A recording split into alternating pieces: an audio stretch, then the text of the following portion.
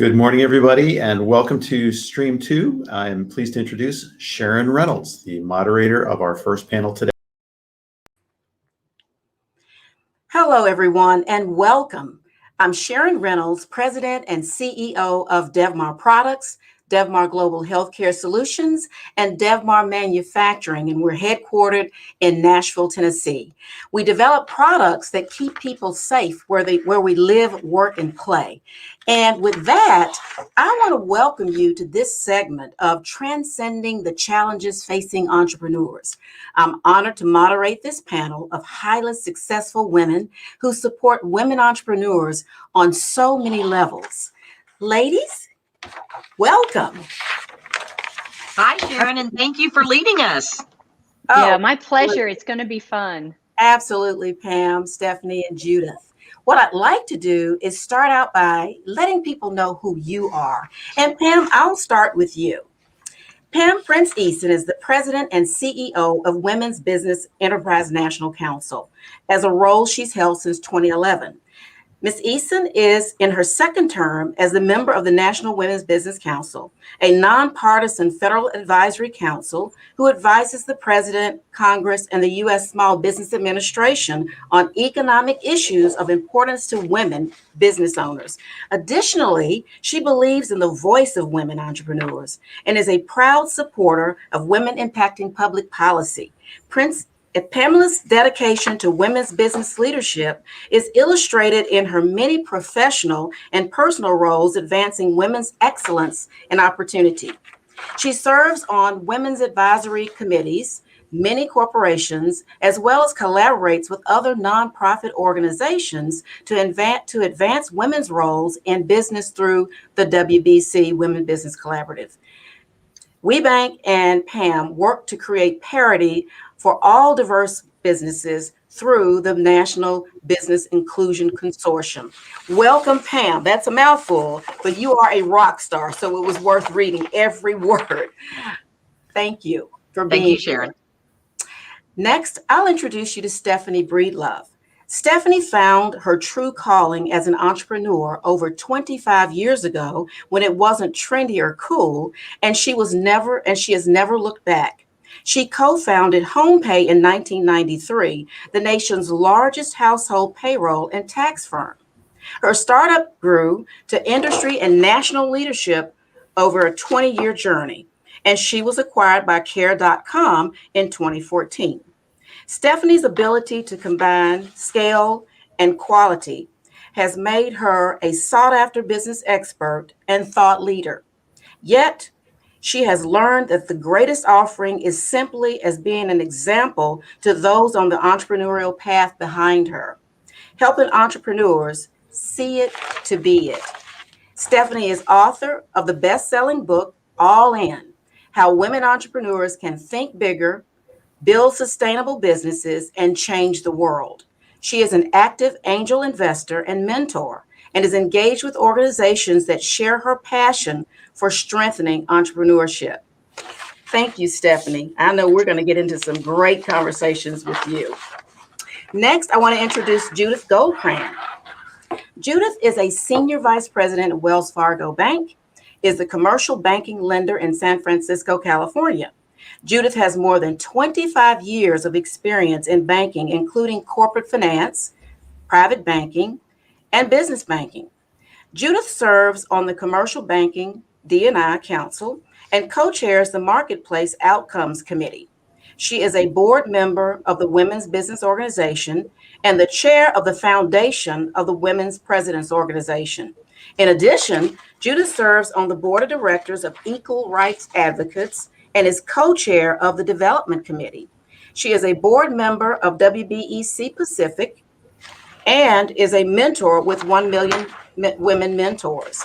In 2013, Judith was named one of Silicon Valley's 100 Women of Influence by the Silicon Valley Business Times. She has also been awarded the Lloyd W. Dinkelspiel Award for Young Leadership and the Jim Brooks President Award from the Women Presidents Organization.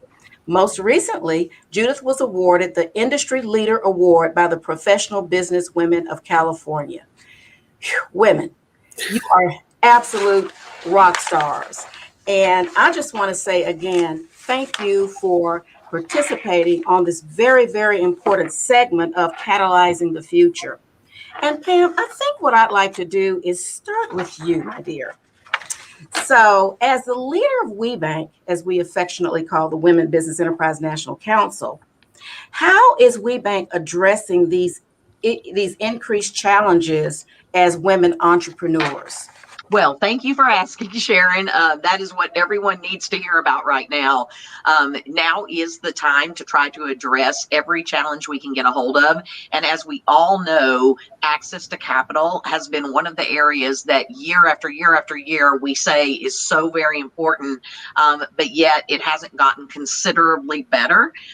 And so WeBank finally, with our almost 25-year history, after going through COVID and seeing how entrepreneurs are riding right on the edge, right, with cash flow, with ability to keep those businesses going, with the ability to grow and scale, we decided that we have to be part of the solution to make this problem with access to capital better.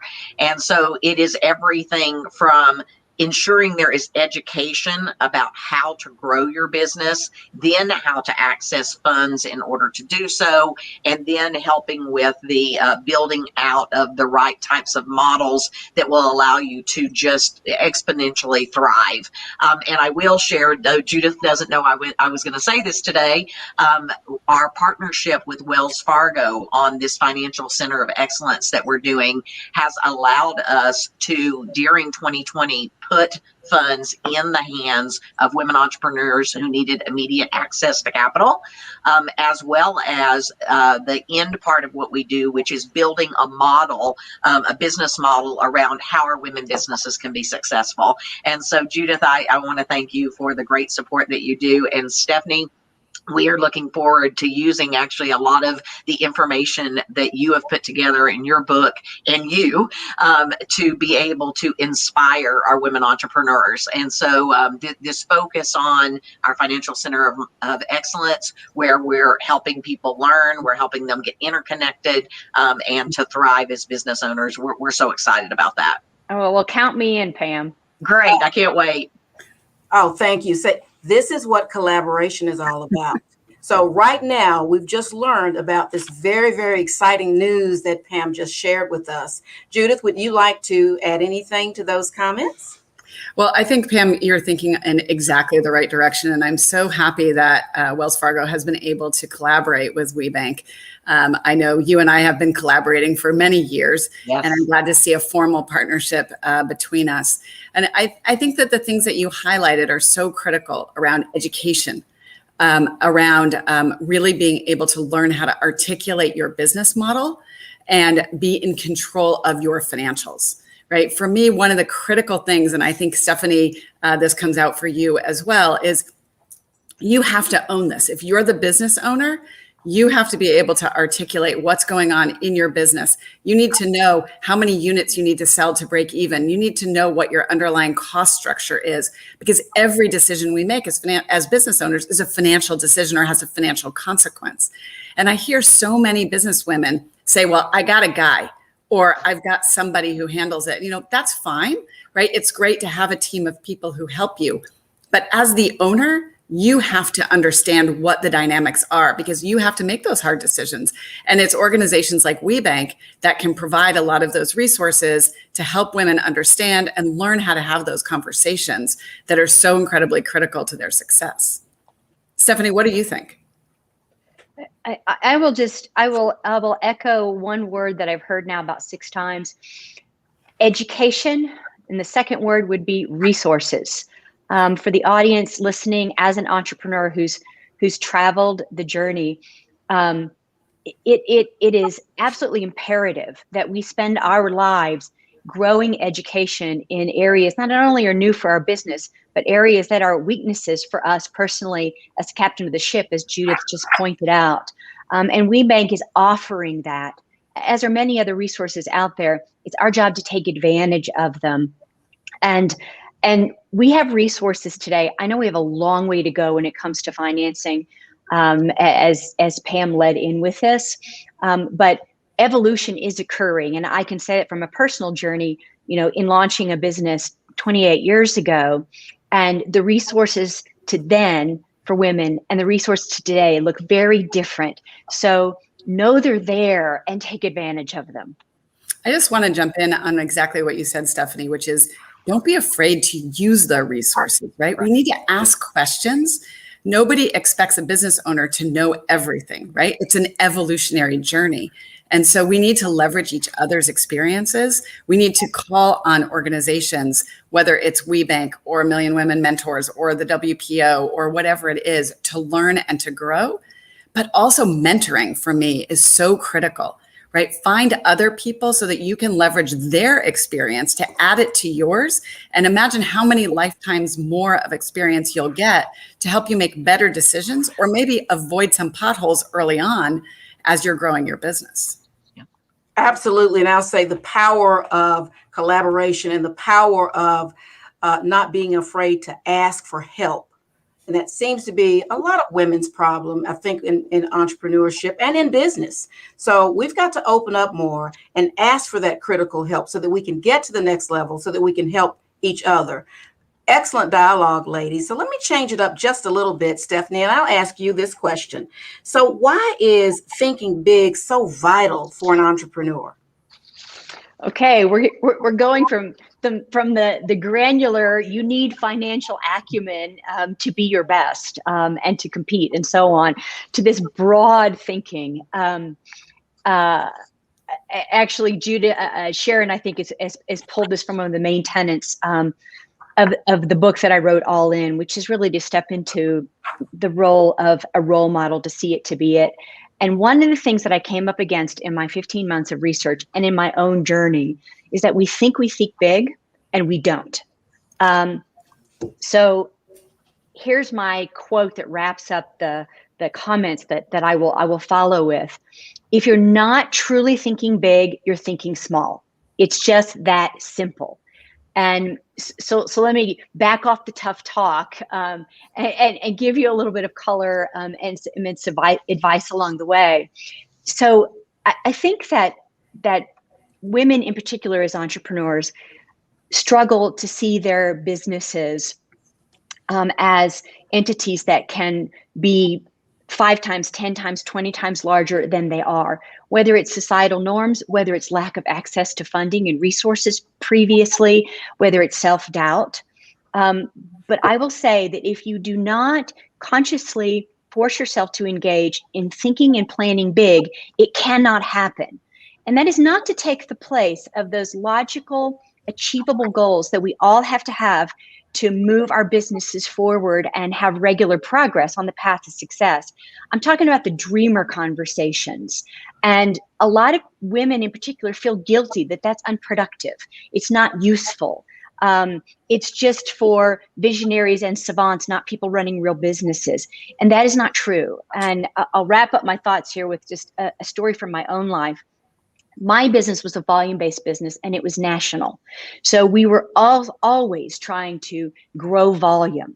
And when we were about 1,000 clients big, we put methodologies in place and good planning to grow to 5,000, maybe 10,000. Oh my gosh, that would be 10 times bigger than we were. And then we stepped back and we said, you know what, maybe every 6 or 12 months, we need to have a formal session where we said, are we in an industry in which we could be 100,000 strong in active clients, not 1,000, not 10,000? And the reality is in my industry, and it may be true for many of you, that was true. We were kind of in a greenfield industry. And I will tell you right now, the company has about 50,000 active clients, and I think it will reach 100,000. And we would not have been able to achieve the 50,000 active clients if we didn't have those every 6 months or every 12 months without even actionable items to talk about what does it look like and how do you plan for truly being big. And I'm using this example because it is coming true from these efforts. And I'll end with a stat that I think is proof that we don't think as big as we should, and we can easily. Men's businesses are 2.5 times more likely to cross that $1 million mark in revenue, which is that mark that gives you a signal you can scale.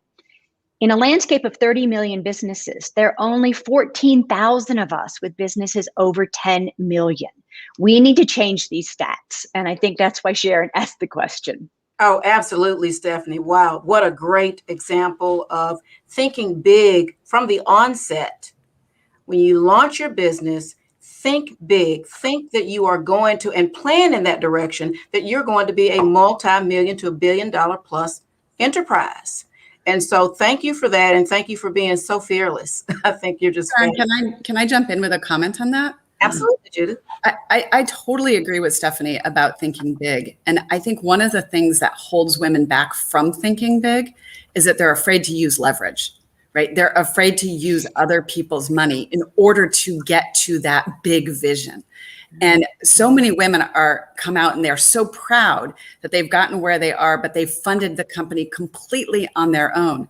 Instead of reflecting to say, wow, if I had used leverage, whether it was debt or maybe if I had taken some equity during this time, maybe my business would have been 10 times the size or 100 times the size. And the impact I might have been able to make would have been just that much bigger. And so I want to just make sure that as we're thinking big, we think about how do we get there and make sure that we're doing it in a conscious way. Absolutely. So Pam, so many women in WeBank, and I'm proud to say the organization in which I belong, which is phenomenal, hear these stories all the time. And so what can you add, and what advice would you give in this thinking big conversation that we're having and talking to the women in the WeBank? I agree with everything that's being said here. So I'll try to throw in something that's just slightly an augmentation of what we're saying here.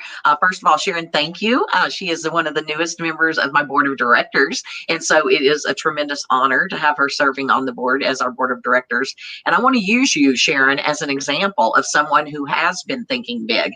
I can think back to when I very first met Sharon, and this is true of so many scenarios where I work with women business owners, and she did not have as large of an operation as she does now. And I've watched her tenacity. I've watched her build her confidence and recognize that she can do anything. I've watched her use the resources that are available to her. She has a magnificent personality, a great opportunity to relate, which is actually very, very important, right?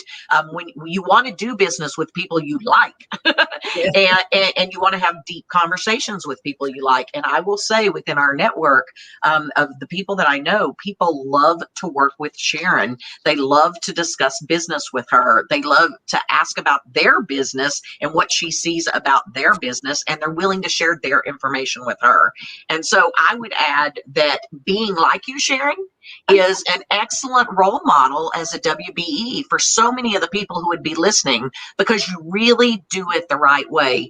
I'm so proud to be able to watch you and to watch you grow your business and to watch you interact. And I think if others will operate in that way, they will continue to grow and be successful like you. Oh, my word. Well, thank you, Pam. I was not expecting that. I am completely thrown off, no, I'm just kidding. Thank you. It has been an honor, an absolute honor, but it's not about me today. It's about you rock stars. But I really, really appreciate you saying that. It is a difficult journey. I will add a comment to Pam's, glowing accolades for the audience to think about, whether they're early in their stage or they're late. What Pam is speaking to about Sharon is that research has shown us that one of the top 3 reasons that any entrepreneur, man or woman, chooses not to start a business or to go through the hard risk of scaling a business is lack of role model. We'd like to think that we don't have to see it to be it. And we do. It's part of human nature, all the way down to how our voices sound. And the shape of our bodies even. And I think that's what Pam is spotlighting, is that, and actually the 4 of us on this panel, if there's anything you take away from the nuggets, just having 4 women who are ahead of you in the journey helps with the see it to be it issue. Yes. Oh, thank you, Stephanie. So on point. I really appreciate that comment as well. All right. Well, let's get into another question. I'm going to shift it around a little bit, and I'm going to go to Judith, who is a tremendous supporter of women women entrepreneurs and women-owned businesses, women in the C-suite. So, Judith, you are known, well-known advocate for listening to entrepreneurs and helping them amplify their voices. What would you say an entrepreneur can do to amplify their story so that it becomes easier to share? So many women have so much to share, but they lose sight of how they can really get their voices out. What do you suggest? I think one of the key things is practice, right? You have to understand your business, but you also have to practice how you articulate what your business does. Judith, don't worry about it. We all go through it. Exactly. My coworkers have a lot to say about that this morning as well, apparently. I think really you have to be able to practice. Like, what is your elevator pitch? How succinct can you be? Can you explain to somebody what your business does in a way that they can understand it, not using jargon that might be specific to your industry, but really be able to help them understand what it does, the purpose it serves, what impact it makes, and what it takes in order to be successful. So I think one of those things to amplify your voice is that practice. Mm-hmm. The other part of it is, talking with other people, being involved in other organizations, whether you get certified by WeBank so that you can show up at different events and so that you have an opportunity to network with other women, to network with other corporations so that you start to become known in your industry. Right? You want to learn to become a thought leader. And then I think the other part of it is, as you amplify your voice, part of that is you need to establish certain relationships in order for your business to become successful. And so one of those relationships you need to establish is with your bank, right? You need to really have a relationship, not a transaction with your bank. And that might mean that you need to change your bank over time as your business goes through different stages, but you need to get to know them. And one of the ways that you can practice telling your story is to talk to your banker, right? And make sure that they understand so that that person's going to be able to advocate for you when you need them. If you wait until you need them, it's going to be a lot harder for that person to help you. Maybe you need to, work with your CPA, work with your attorney. And the more people who know about your business will share the excitement that you have about that business to other people. And that will help you to amplify that voice. Absolutely. So thank you, Judith. Pam, I'm going to segue over to you simply because WeBank has phenomenal programs and training sessions and educational programs for our members. And there's so many opportunities to take advantage of what's offered by WeBank to amplify women's voices, to train them in ways that they can be so much better by articulating their business, their products, their services, and then the relationships that can be fostered along the way. So how would you add to that? Yeah, so let me just add what is underway across both WeBank at a national level and our 14 regional partners that serve all of our WBEs. And I'm going to build on what Stephanie said about we went from this really nuanced discussion about access to capital into the broader discussion about thinking big. And so now I'm going to talk to you about what the value of organizations like WeBank really is to you, which is it is focusing on those niche things that are so important. So as Judith said, being able to tell your story and tell it very quickly, those are offerings that we are providing to you almost every day, either at the national level or at one of our regional partner organizations. And it's causing you to know how to put together that story, to be able to practice doing it, and even allowing such things as doing pitch competitions where there are funds that can flow to you for being successful about how you tell those stories. And so what I would say is when you think about an organization like a WeBank, think about, does that organization have these very detailed, nuanced things that you need? And the pivot that we did in 2020, because we weren't going to be able to be face-to-face, was go totally virtual, but in a very interactive way.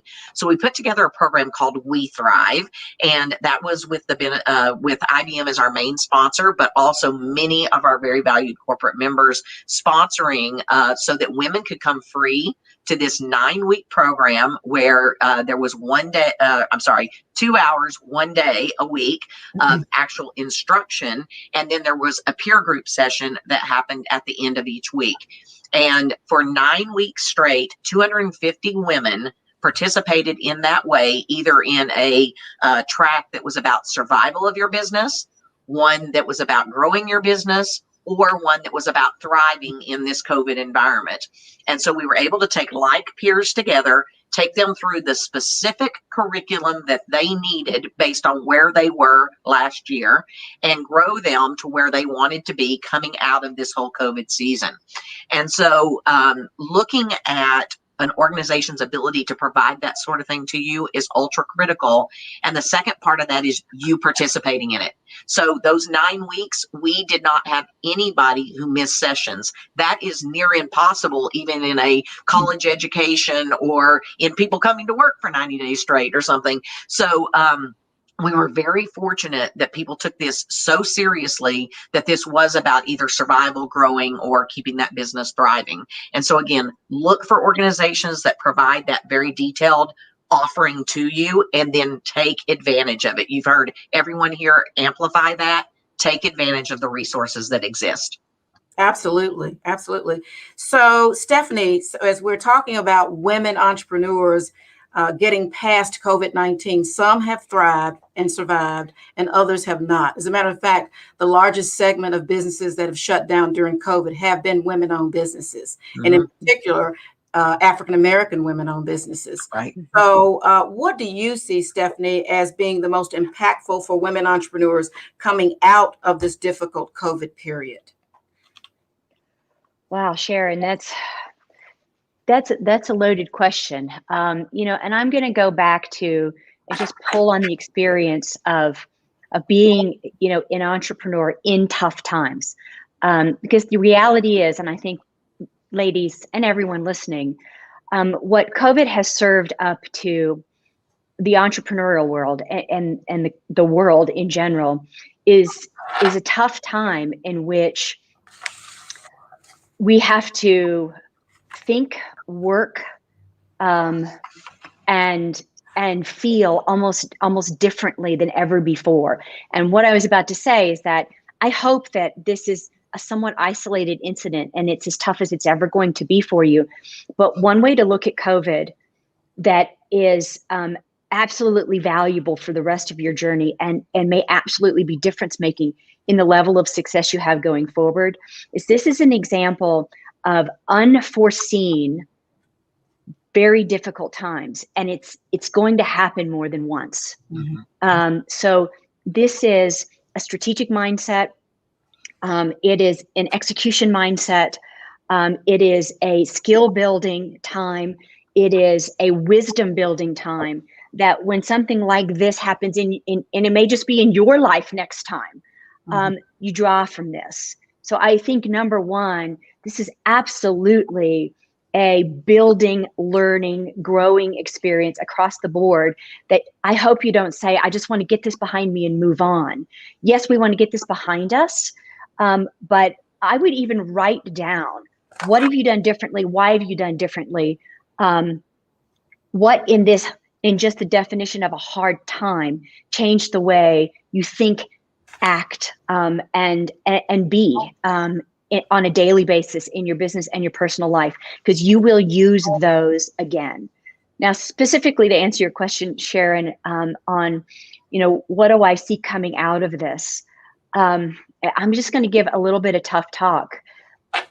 I am going to say I'll start with the negative and then the positive. On the negative side, if you were making it, but anything of significance that got in your way made the difference between making it or not, you're looking that right in the eye with COVID right now, and figure out the whys behind that and change it. It could be that your business idea wasn't meant to be and you've just been hanging on. And I'm sorry to say that, but sometimes those are the best decisions of your life. It could be that, talking about the thinking big and using your resources and the education, you just weren't doing the hard work to take your business where it needs to go. And COVID has been staring down the barrel with that answer. And and do it. Because if you can do it in the face of COVID, then you can do it 10 times bigger out of COVID. So I think that would be my advice on how you might want to look at your business coming out of COVID. What a fascinating golden nugget. Really, really appreciate that. Pam, Judith, would you like to add anything? I don't think I can do better than Stephanie on that. That was really, really good. I absolutely love that. And I'll read a quote from Melinda Emerson. She says, "You never lose in business. Either you win or you learn," to your point, Stephanie. So thank you. That was golden. I think just to enhance what Stephanie said also is this is an opportunity to make those changes that you were afraid to make. Right? I think so many times you're doing your business a certain way and you have a modicum of success or maybe a lot of success, but you fail to self-reflect on, is this the best way to do it? Am I exactly in my right lane, working with the right customers? And I think COVID has given us the opportunity to actually stop and take that deep breath and maybe make a different decision or take a right turn that we were afraid to take. And actually, for some people, it's much better. Right? They're finding that a different line of customer base might be better for them. Maybe it produces better margins and better payments than the ones that they were dealing with, or, just an opportunity to make those changes. So take a moment in right now, in this sort of transitional time of the pandemic to really reflect on your business and think about where you want to be and then be intentional and take that leap. Yeah, adversity often brings pivots that you should have done already. Exactly. That's a very good point. Very good point. Sharon, also, let's touch on one thing that you brought up that we really should talk about here when we talk about kind of the tough talk, as Stephanie said it. You did mention to us that some of the businesses that have been harmed the most are women of color businesses or are people of color businesses. And, I just want to let everyone out there know that there is honestly no better time for getting assistance with growing your business, resources that you need than there is now. Unfortunately, the systemic racism that we've been dealing with the George Floyd situation, all of those things, they've caused corporate America to look deeply into themselves and say, what can I do to make a difference? It's caused all of us, right, to look at what we can do from whatever point we're at. And, I think, Sharon, that we all feel that we need to be extra supportive of making sure that we're trying to advance these women of color businesses. And so I know that is true in the WeBank organization. I know it's true of many of the organizations that are part of this Women's Business Collaborative. And I know for those who mentor, who reach out in other ways, that's true as well. So I want there to be some encouragement out there that there are many opportunities or at least resources available to help these businesses either get back out there or possibly start to do something different they'd never planned to do. Yeah, I'll put an actionable summary on this to bring it back to the financial conversation. It's where we started. So it's a good theme of this is we know by statistics and research, Judith and I were talking about this, that women do not seek funding at the same level as men. They don't get it at the same level, but they don't seek it. Whether it be equity, which we read about in the media, but whether it be debt, whether it be, loans or other forms, lines of credit, those kinds of things. So if you see a pivot coming out of this adversity that you want to move forward with, or you've been financially strapped during COVID, but you see a light at the end of the tunnel, maybe this is the catalyst for you to go and learn how to look for funding and take your business to the next level with a little bit of financial help. Absolutely. So, Judith, you have done quite a bit in this arena, and you've launched a new program. So can you tell us a little bit about what you're doing in terms of helping women have access to capital? It's always a critical question, and you always get the same answer from most women, is that finding access to capital has been very, very difficult in their business journey. Absolutely, Sharon. So, in my role as the National Women's Segment Leader at Wells Fargo, but also in my role as one of the advisory council co-chairs of Women's Business Collaborative, focused on women and capital and entrepreneurs and capital, really spending some time on a listening tour and doing interviews with entrepreneurs at different stages of their life cycles in terms of their businesses, from startup to, somebody like Stephanie, who's been successful and has already sold her business, to understand what has their experience with capital been. And so what we're trying to do is really create a study to be able to articulate what are those barriers, right? We all talk about the fact that there are barriers to the access to capital, but I want to be able to really outline them in a very specific way. And one of them goes back to one of the things that Stephanie said, which is women seek capital far less often than men do. And so why is that, right? Is it a personal fear? Is it the unknown? And so what we're trying to determine is, what are the issues? And then how can we address them? So we need to provide, once we understand what the issues are, then we'll be able to determine what the action plans are around education, around working with capital providers, whether they're banks, venture firms, angel funds, so that they can understand maybe an unconscious barrier that they've created that makes the runway entering into the door to talk about capital for them to be unfriendly for women, and especially for women of color. And so really want to focus on that. I'm excited that we're going to have something hopefully later this year that we'll be able to articulate, and then be able to work with a group of capital providers to actually start to make systemic change. Absolutely.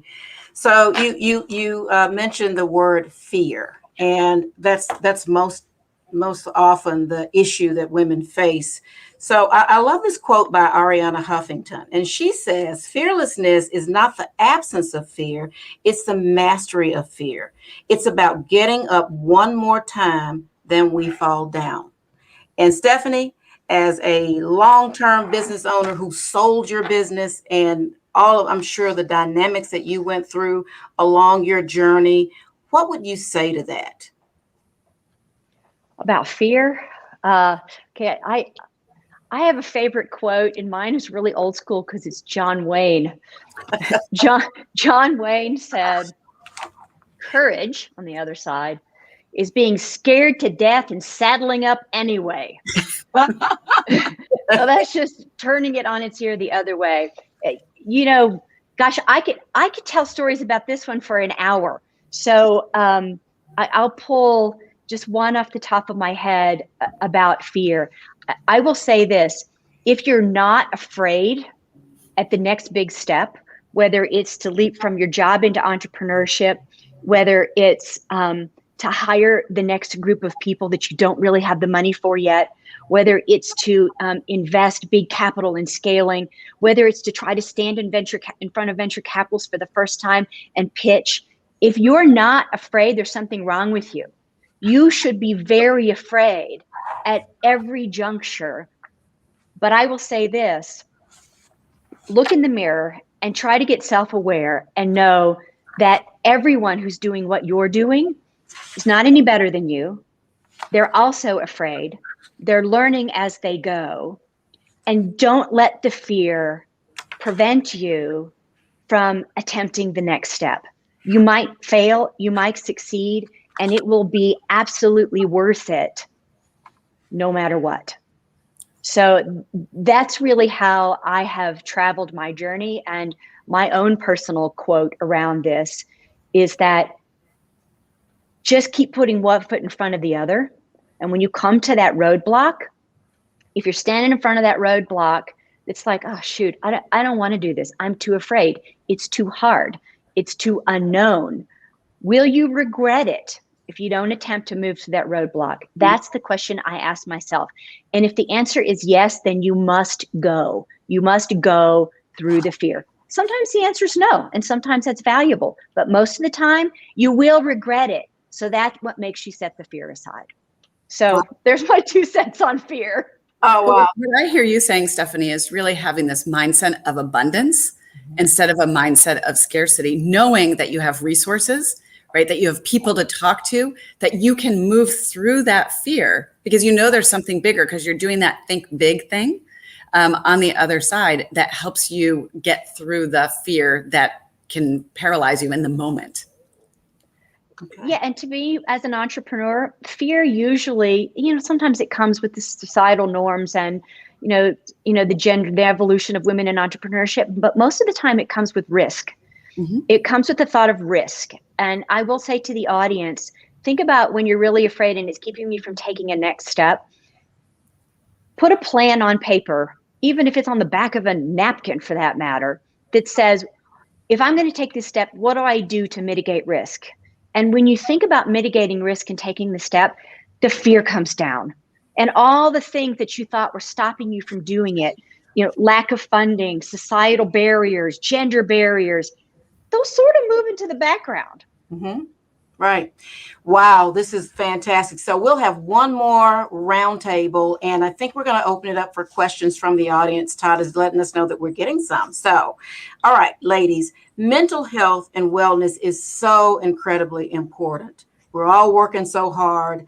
We're on the journey of where we know we're going. So what is your advice for women to achieve balance in their lives amid COVID-19, among other challenges along the way with everyday work and family responsibilities? And how do you personally find that balance? There are women out there listening right now, and they want to hear from you. Pam? Sure, I'll start. So I would say that pre-COVID, balance would not have been a word you would have associated with me.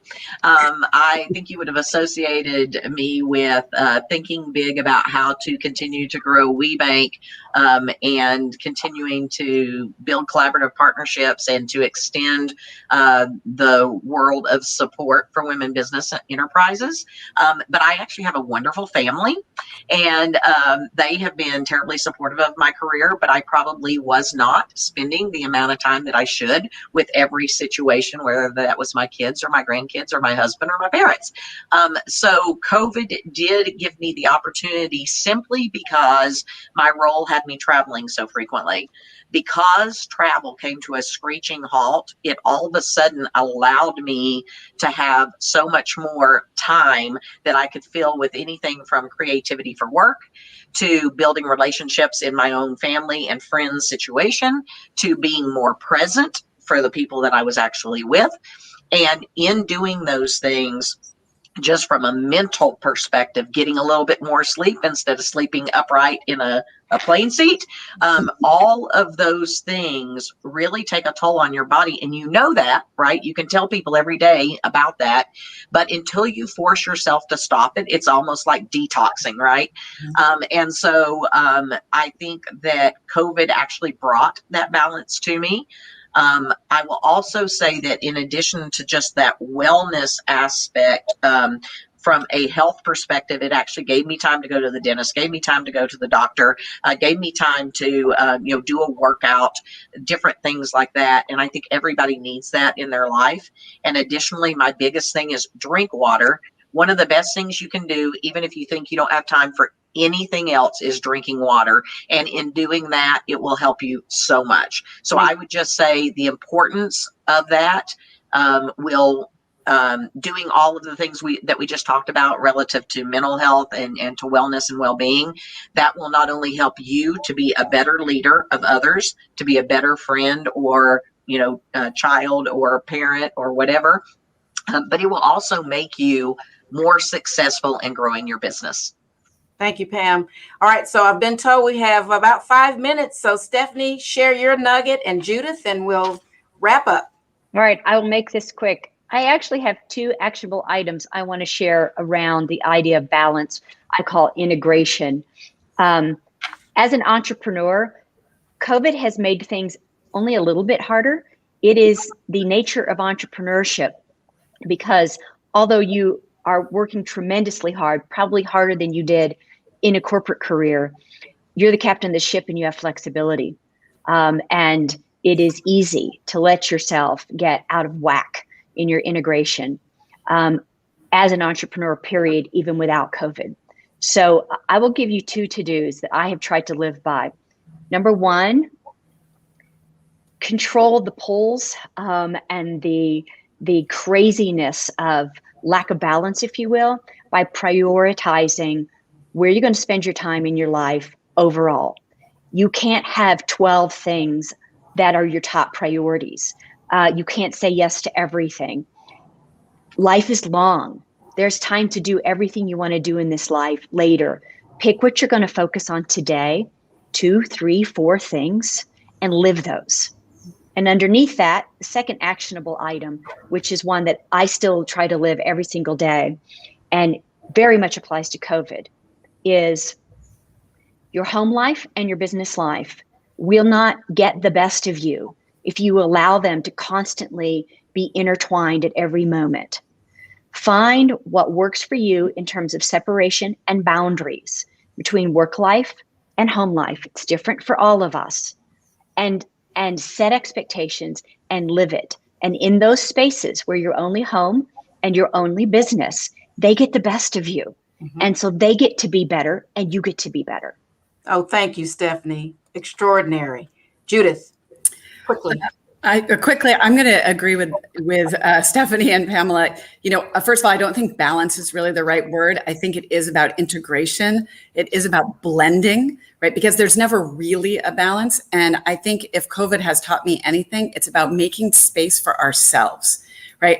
I take myself for a walk every day for 2 hours. Okay, it's 5 a.m, but I get outdoors, I get fresh air, and I'm able to clear my head and really spend that time thinking, so that when I walk back in and I'm ready to start my day for the office or for the family, is I have the energy for it because I've done something for myself, and I never give that up. And I have found that it has really, really made a difference. Oh, I could take some of your advice. Thank you. Thank you, Judy. I think we have time for one question. Todd, do you want to put that in the chat? Okay.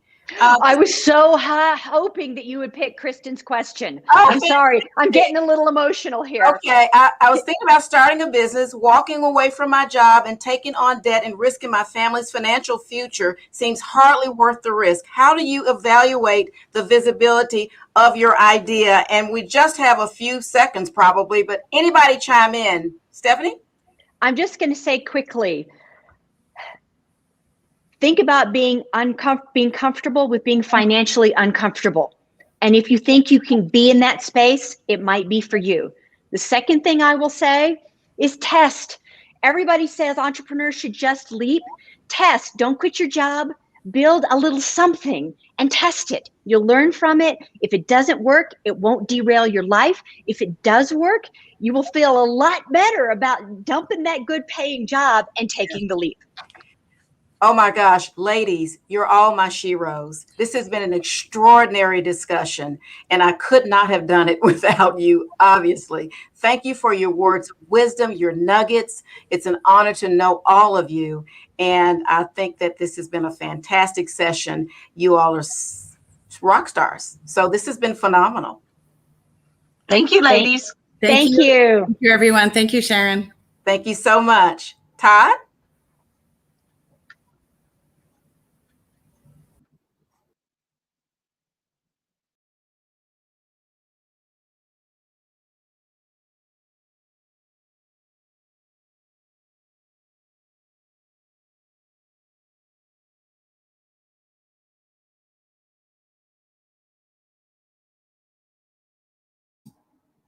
Thanks so much. We will be right back in just a few minutes with our next panel, Making Diversity, Inclusion, and Equity Happen. So go ahead and take a stretch break, and we'll be starting in just a few minutes.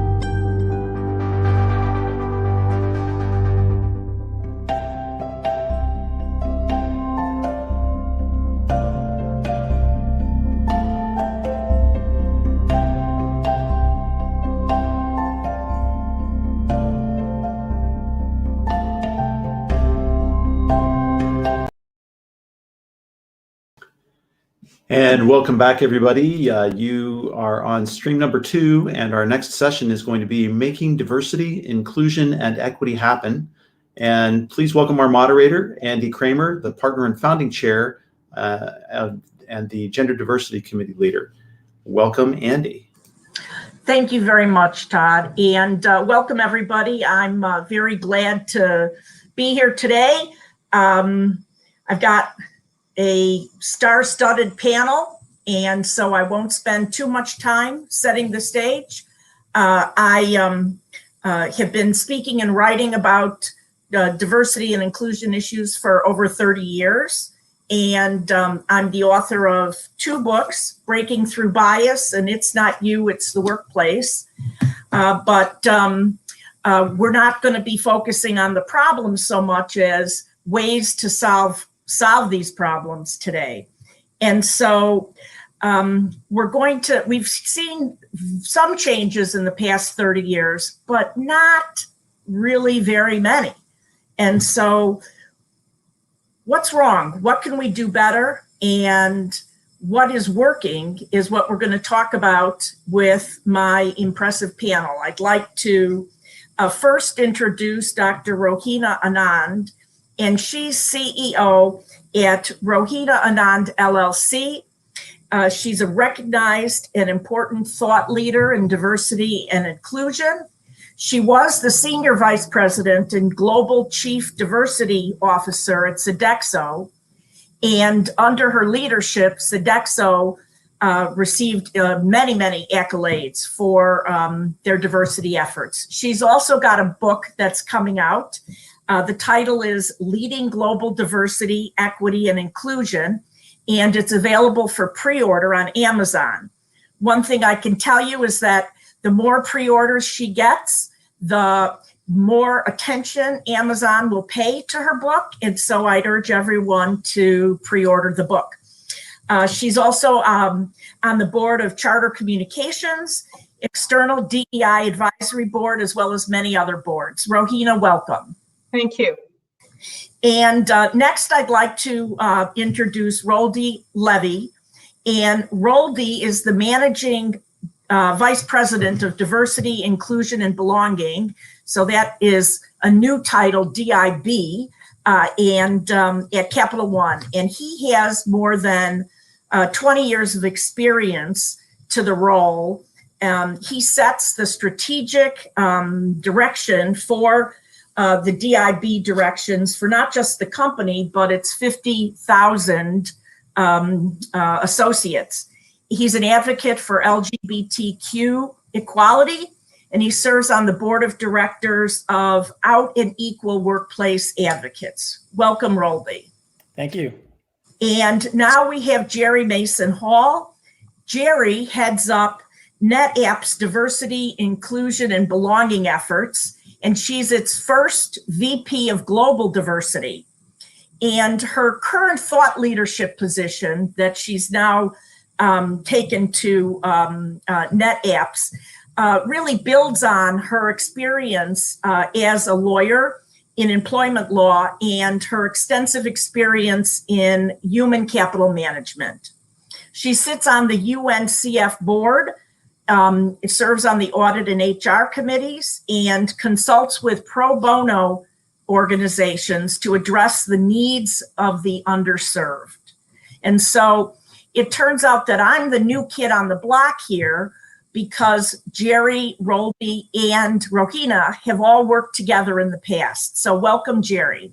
Thank you. And so let's start with Rolby.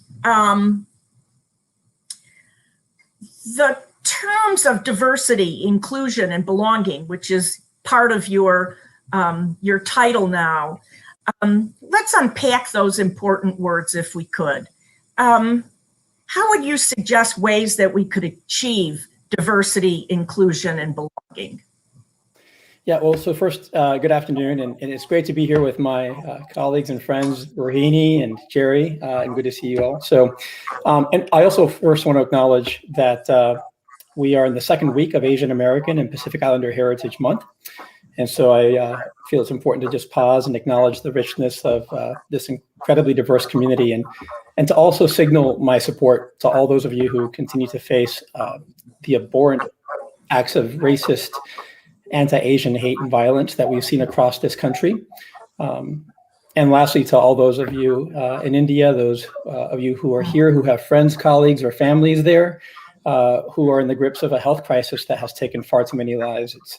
These have just been really difficult times, and my thoughts are with all of you. And I have been and will continue to leverage my privilege wherever I can to advance awareness and hopefully begin to turn a corner on these important issues. And so that brings us to your question on DIB. So first, I guess we should define the language, and language is so important in this work, and it's also dynamic. It changes over time.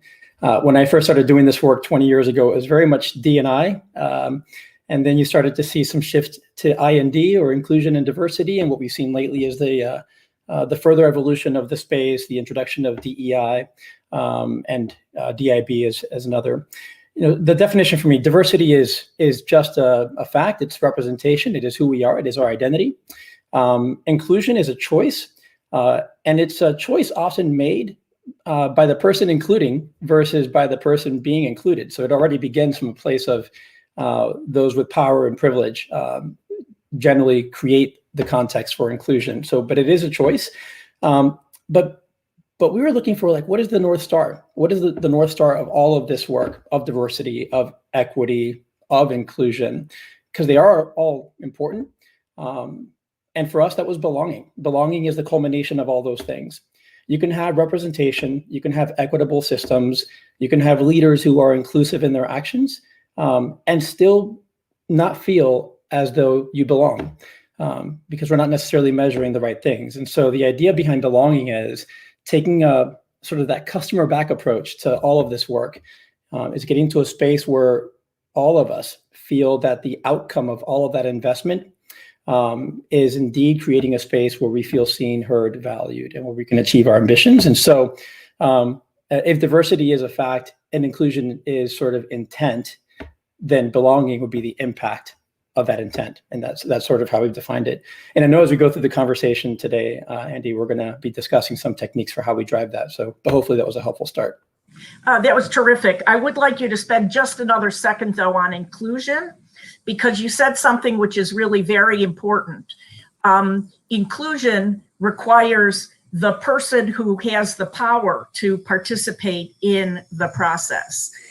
So I wanted to just underline that and ask if you had anything else to say about that, knowing that we will be picking these topics up in the rest of the panel discussion. Yeah. Yes. And to be clear, I mean, and that is an important component, right? So when we talk about inclusion, we talk about how do you build the awareness and capability, oftentimes of the majority group or the dominant group, so that they learn and understand where their acts or their behavior has not been inclusive, and that they can therefore be inclusive.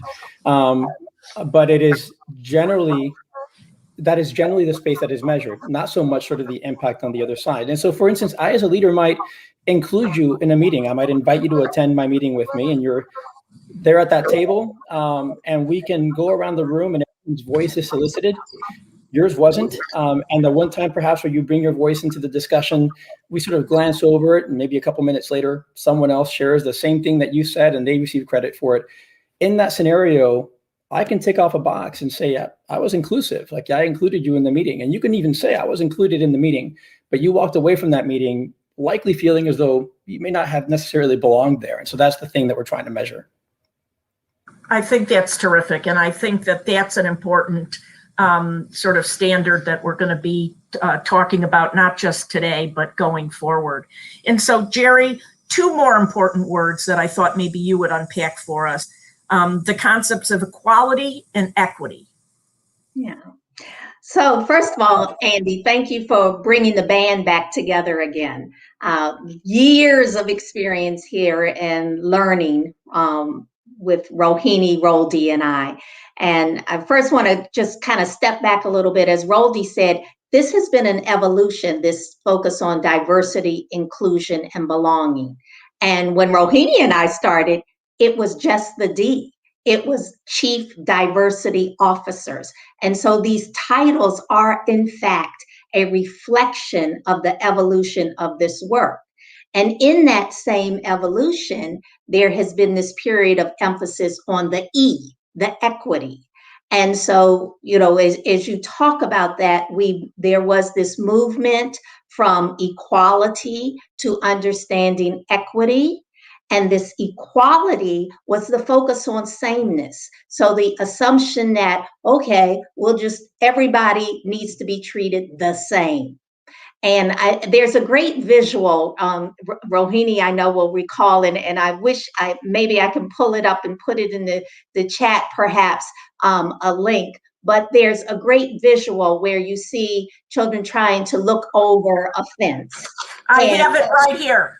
Aren't you the best, Andy? And there it is. I must have been channeling you, because you did. And so there is that, just by giving them the same, if there are different heights, you haven't accomplished anything. But in fact, when you focus on equity and removing the barriers that existed in the first place, which is now the work we're trying to do in organizations, eliminating systemic barriers, systemic inequities, that's when you really achieve.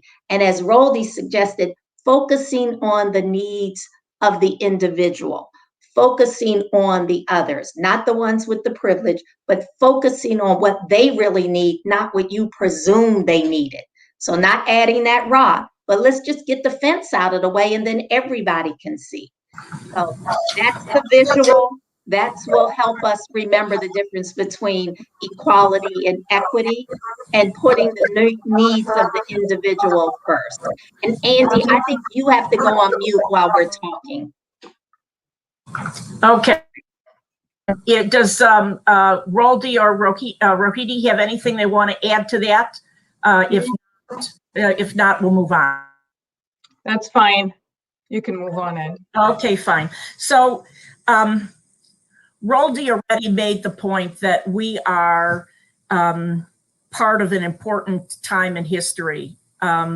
We're dealing with the pandemic and the consequences around the world. It is Asian and Pacific Island month.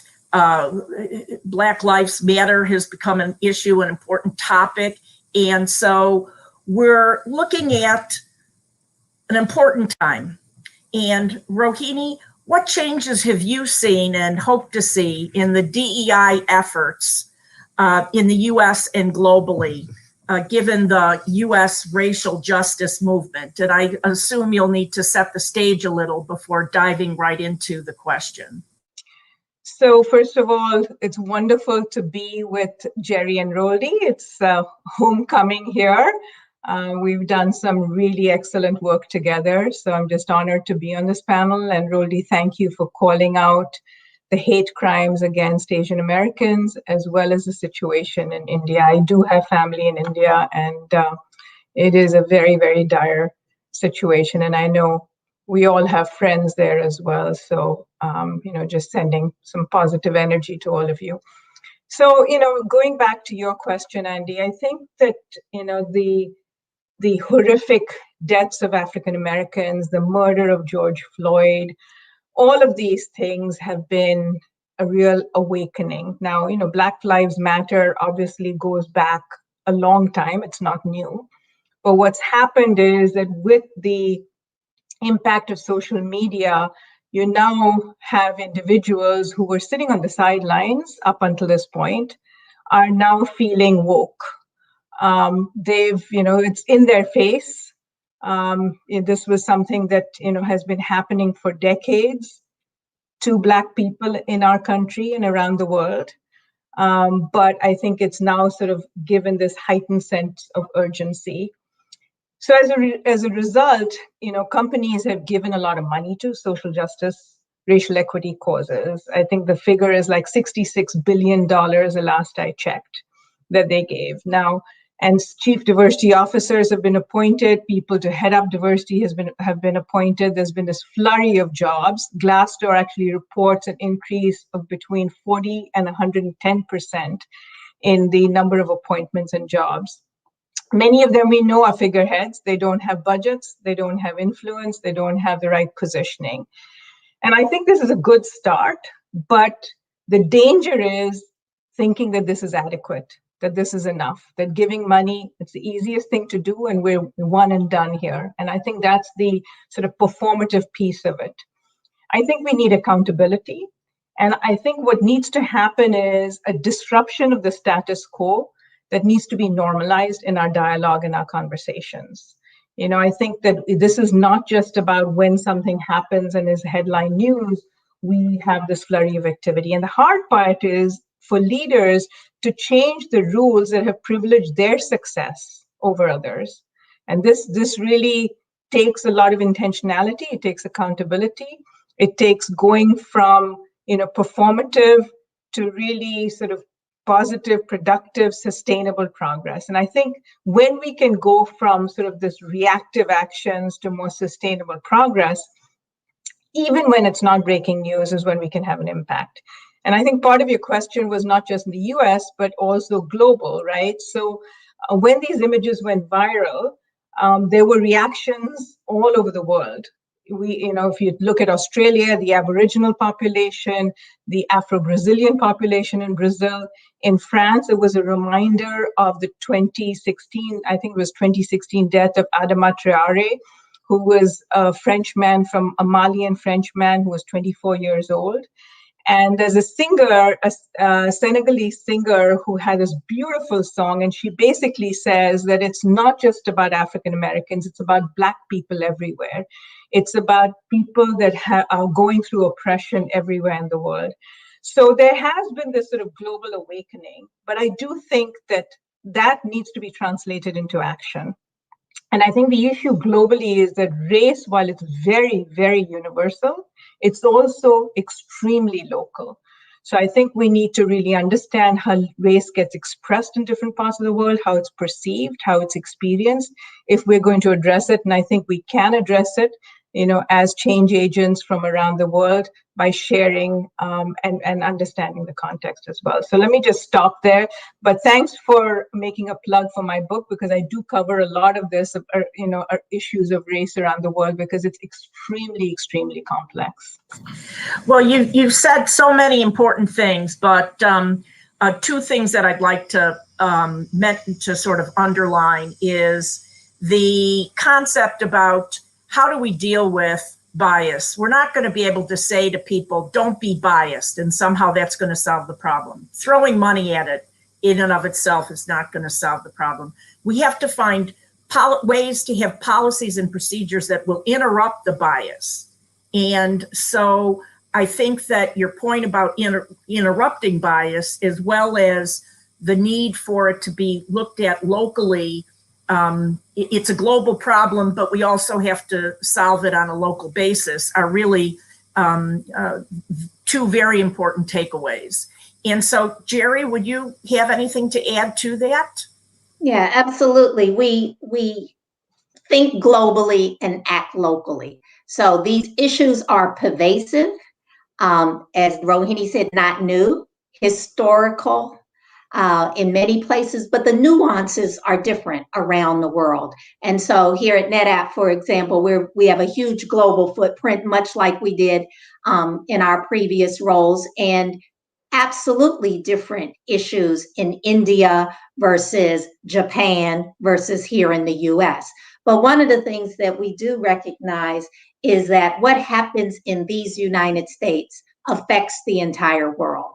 And when you see on film the atrocities here, and it does resonate around the world, and underscores some of the things that people presume don't occur. I recall, doing a session just last year where a gentleman that you have here in the US, and I'm like, I beg to differ. Do you talk to the Black people in London? and you'll have a different story. So that goes full circle to those insights. And then I'll just end with saying the good news, if there's any silver lining out of all of this, is that the rising tide lifts all boats. So this focus on Blacks here in the US and, from the murder of George Floyd, it has helped with other groups. And so Asians are feeling more open to sharing their stories and talking about the Asian hate crimes in the workplace, given this focus on, again, George Floyd and racial justice here in the US. Well, I think that that's a really important way to emphasize further what Rohini said. And so, Roldy, to not keep, so that you're not out of this discussion, what changes have you seen and hope to see, and whether you call it DEI or DIB, in the US given the pandemic? Because that's another factor that we're dealing with and that is clearly affecting our workplaces and our communities. What do you think needs to happen next? Yeah, I love the points that were made, and I completely agree with the idea of upskilling and investing in the capability and the infrastructure of diversity programs and teams within companies and within industry. And I've seen that happen, by the way. I've seen the level of activation of that thing happen in a way that I haven't seen it happen in the 20 years I've been doing this work. In fact, there was a study put out by, I think it was Fortune, but it was citing, it was Zoom Info, and it was citing how just last year, 40% of Fortune 500 companies appointed someone to head up their diversity functions. So the key to Rohini's point is, we need to make sure those things are not performative and that they are enduring. But I think that investment is an important part of building the infrastructure. Moving away from sort of the racial equity and social justice component, there has been, despite the backdrop of all the hardship and the pain and suffering and hurt from last year because of the pandemic, there has also been a lot of sort of goodness that has come from that, or that we have learned about ourselves from that. And so there are two sound bites I want to share with you in this space, and they're somewhat connected. And I think they're both enablers. Actually, there are three. I just thought of a third. They're all enablers to, I think, potentially the sustainability and endurance of this work into the future. One is that we have been forced to face our humanity in ways that we were not necessarily accustomed to in a traditional work environment. So now, I have met so many people's partners and spouses and cats and dogs and birds. And I was in a deep, heavy discussion on performance management and performance indicators with the head of our talent management strategy on Zoom, when suddenly her nephew, dressed up as full-on Spider-Man in all Spider-Man gear, came up behind her and started slinging webs at the screen. And it was a moment of levity that would never have happened, obviously, in a traditional conference room, but it gave us the pause to just kind of reconnect on that humanity. And it's an important muscle that we have not been accustomed to exercise and use, that I think is at the heart of building trust, which is essential to this work of belonging and building safety. So that is one I hope carries forward. And the second one, which is connected to this, is around vulnerability. And so I think we have been forced to face very difficult, complex issues of health crisis, people becoming ill or losing a loved one or a friend or a colleague to this pandemic, feeling helpless. I've had members of my team who've lost people, and they haven't been able to travel to be home with family. There's an emotional, mental trauma that collectively as a society we are sitting with and need to sort through. And as leaders, we've needed to be intentional about engaging with vulnerability and allowing for that space. That is also at the heart of building trust and safety in this work. And then the third one is technology. Zoom has become, for all the ways in which it has perhaps fatigued us, it has also become the great equalizer, and it has allowed us to affect change at scale in a way that may have been more difficult to do if we were relying on water cooler talk or road shows across different campuses. And so, a few days after George Floyd, I held a town hall on race We had 5 days to market it. I was hopeful that we might get 3,000 or 4,000 people plug into it, and 24,000 people joined. And it was the single largest diversity event in the history of our company. And it is something that likely would not have happened the way it did if we weren't all on Zoom. And so I think technology has become another enabler for having a shared experience in a way that feels less biased, or perhaps reduces the level of bias from how these things would have been delivered in the past. Well, those are three really important points, and I'd like to sort of not to be Debbie Downer here, but to turn to Rohini, because one of the things with the pandemic is that what's happening in the rest of the world, and here we sort of feel so privileged, and I can only imagine how horrifying it is. I mean, it's horrifying for me when I look at the news. And I don't have family in India, for example, or in Brazil. But Rohini, what do you think about the pandemic from a global perspective as to what it might do to the workplaces going forward? Yeah, so I have a couple of data points here, and I think you're right not to be a Debbie Downer here, but I think the impact on women has been just mind-boggling. Just in the United States, we've had over 2 million women exit the workforce. April 2021 was the worst month in terms of participation of women in the workforce, went down to the World War II levels. We've actually been set back to the 1980s. So we've lost 40 years of progress here. And this in the context of the World Economic Forum saying it's going to take us 130 years to catch up. I mean, it's just the numbers are just absolutely mind-boggling. I think that, there definitely needs to be a pivot here. A pivot, we know that companies were able to pivot during the pandemic. Overnight, companies and individuals went, as Rodi mentioned, to remote work. Without any training, without any preparation. We had companies that had been planning to do curbside pickup for over 2 years. And then within a couple of days, they were able to get all of their thousands of stores to do curbside pickup. So these pivots are possible. I think we just need to do something a lot more drastic when it comes to participation of women. From a global perspective, I think we just need to be mindful of the fact that we can't assume that everyone wants to have remote work. There are people in different parts of the world where they have less access. The digital divide is very real. I think that inequities are also exposed. The way that, the space that they have in multi-generational homes with joint families is not conducive to working remotely. So I don't think we can assume that.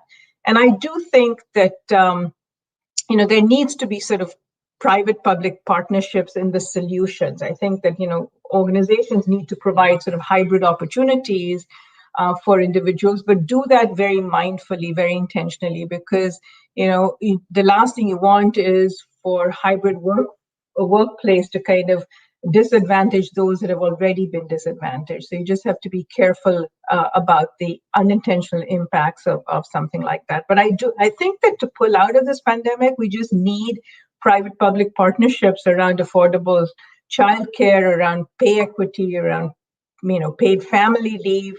Yesterday, I don't know what the outcome of this is, but France was going to vote on a quota for women in executive ranks. And what they were proposing is 30% women on executive teams, so this would be N-2 in 5 years, and I think it was 50% in 8 years or something to that effect. I mean, that's a huge leap. And I know that Germany already has a quota for women in the C-suite for executive teams with 5 to 10 individuals. Their requirement is one woman on the executive team. I mean, even that is progress.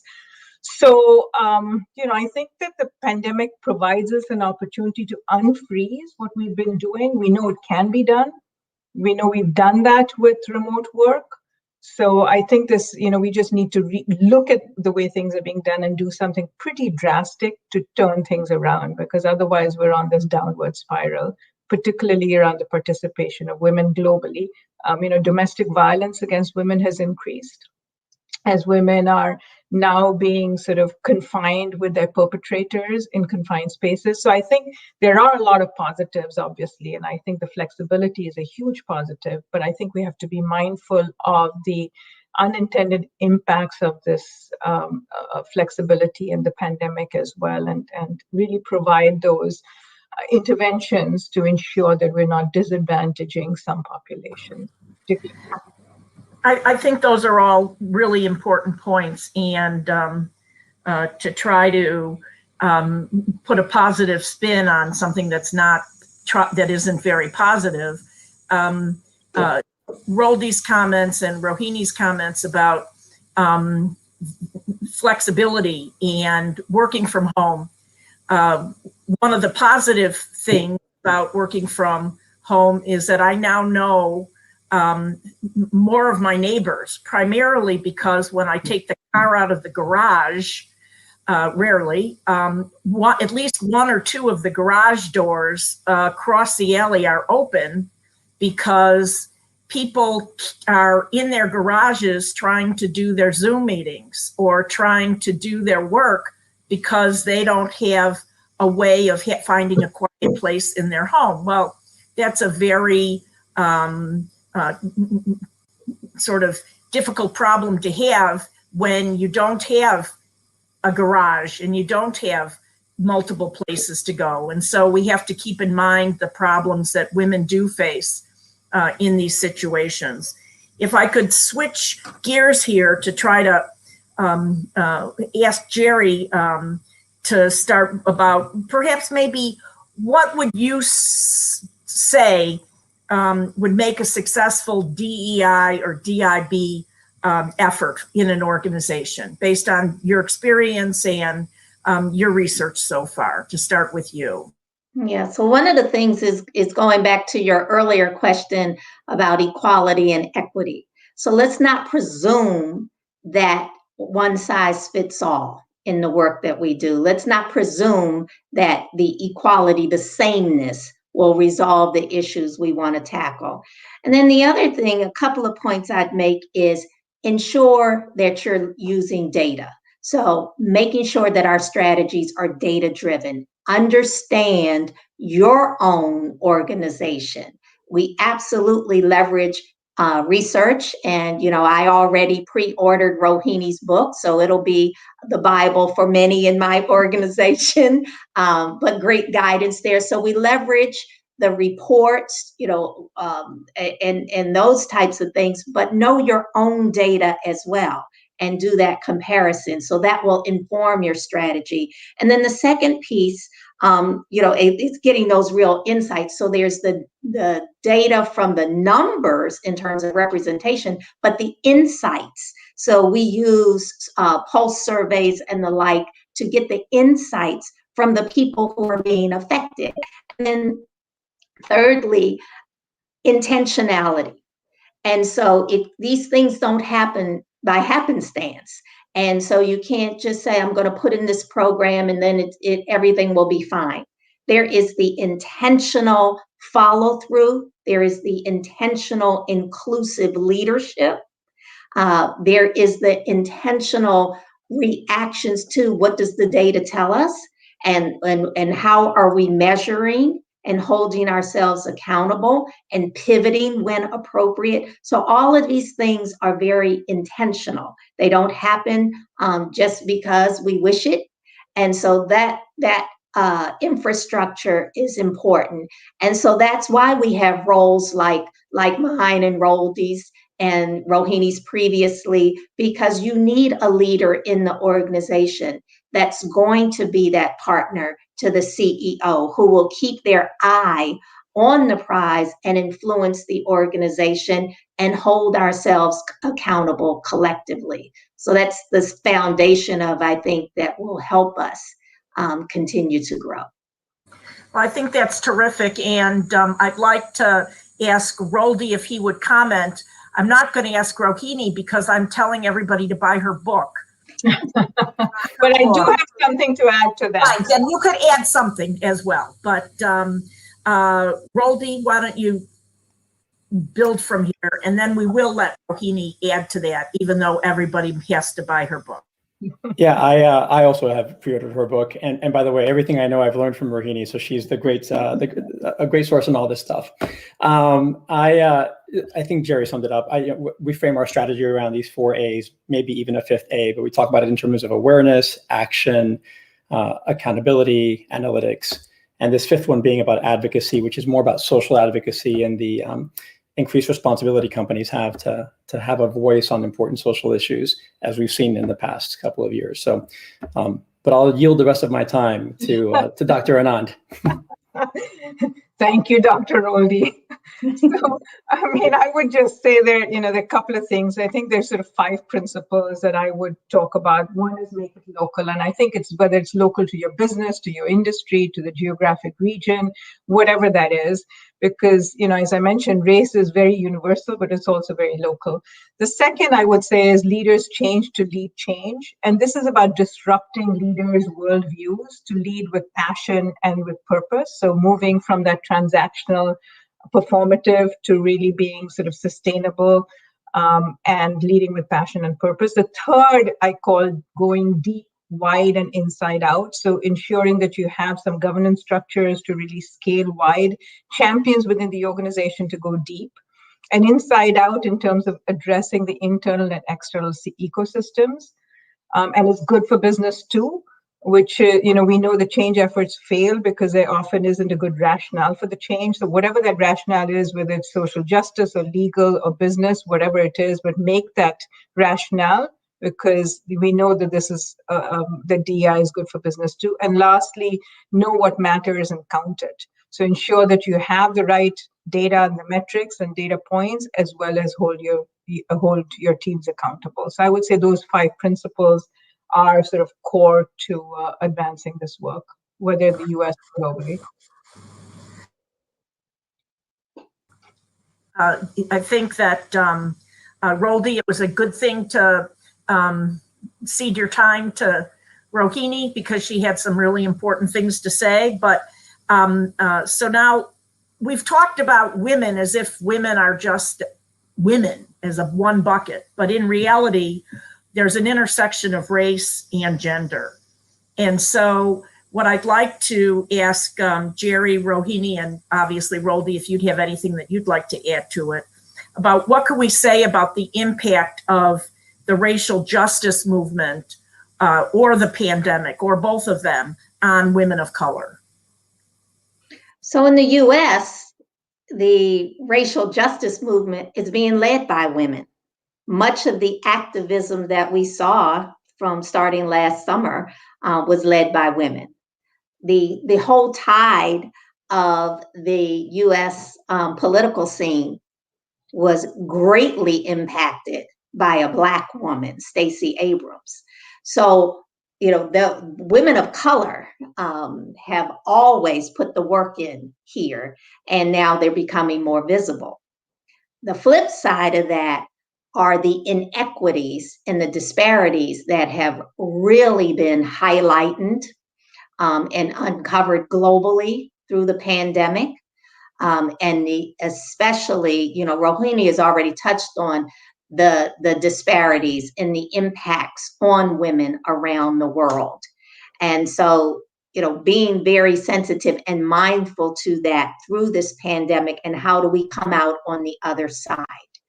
We also see, these losses that Rohini described in terms of women in the workplace, and the disparities for women of color because of the types of roles that they've been in traditionally. And so the heavier impact in the hospitality industry, for example. But the good news is that we are absolutely seeing these advances in appointments of women in executive positions. Just in the first couple of months of this year, we saw significant quantum leaps for women of color there's still onesie, twosies, but the fact that we have Black women CEOs, quantum leaps in improvement. So that the opportunities we're now seeing in fact, this is that great can look like a woman of color, that it isn't the traditional profile of a white male that is the CEO now and leading in this space. So there's the good and the bad coming out of all of this experience. We have so much work to do to address these inequities and all of these disparities with women of color coming out of the pandemic, but we still have a ways to go. You know, we still have much of the world that is very challenged by the pandemic, even though we're here in the US saying that we're coming out of it. So lots of work to do, but we're making huge progress. Thank you. Rohini, do you want to add anything? Yeah, I think sort of Jerry captured it. Experiences of women of color are different, and I think we have to recognize that they are different. And also experiences within, because of our intersectional identities, experiences within those groups of women of color are different. And, you know, Jerry talked about the disparate impact on women of color. But, you know, when you look at it, the unemployment rates and the jobs that have been lost are different for different groups. You know, the unemployment rate for Latinos is actually close to 10% right now as a result of COVID. For Black women, it's 8.4%. For Asian women, in just a couple of months last year in New York City alone, the unemployment rate went from 3.5% to 26. It was up to 26%. So, you know, the unemployment rates are different. You know, we've seen, as Jerry said, some good news in terms of appointment of CEOs, both at Walgreens and TIA, but the percentages of women CEOs is still minuscule. 8.4% for women overall.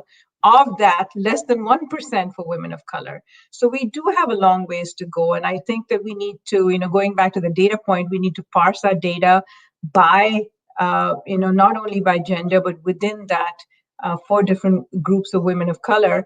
And I think there's, you know, we need to ensure that when we're talking about women, we're talking about women of color as well, because experiences are very Absolutely. And we have some questions and comments. If I could, yes, one of the comments is having a garage to do a Zoom meeting is a first world problem. I would admit that that definitely is. And there's many people in the United States that don't have access to space for whether it's their Zoom calls or even having the connectivity to do a Zoom call from home. So I was not in any way trying to suggest that that's a problem that is across the world. There's another comment, though, about white men saying, I don't matter anymore, in claiming reverse discrimination. And so what I'd like to do is I was going to ask Roldy to comment about what we can do to make men stand shoulder to shoulder with women in the fight for diversity, inclusion, and belonging. But I think that before you respond to that, Roldy, maybe you would like to respond to the I don't matter anymore and reverse discrimination question comment. Yeah, so I have a lot of thoughts on that one, and we just don't have enough time. And I'm sure Jerry and that's why I jumped right there. But I'll share two headlines. So one is the only way this works is for white men to have a role in that equation. Like this is the calculus just doesn't work without it. So I guess that's the first headline, and then you can unpack that and we can tease that out and talk about what needs to be true. The second, though, is which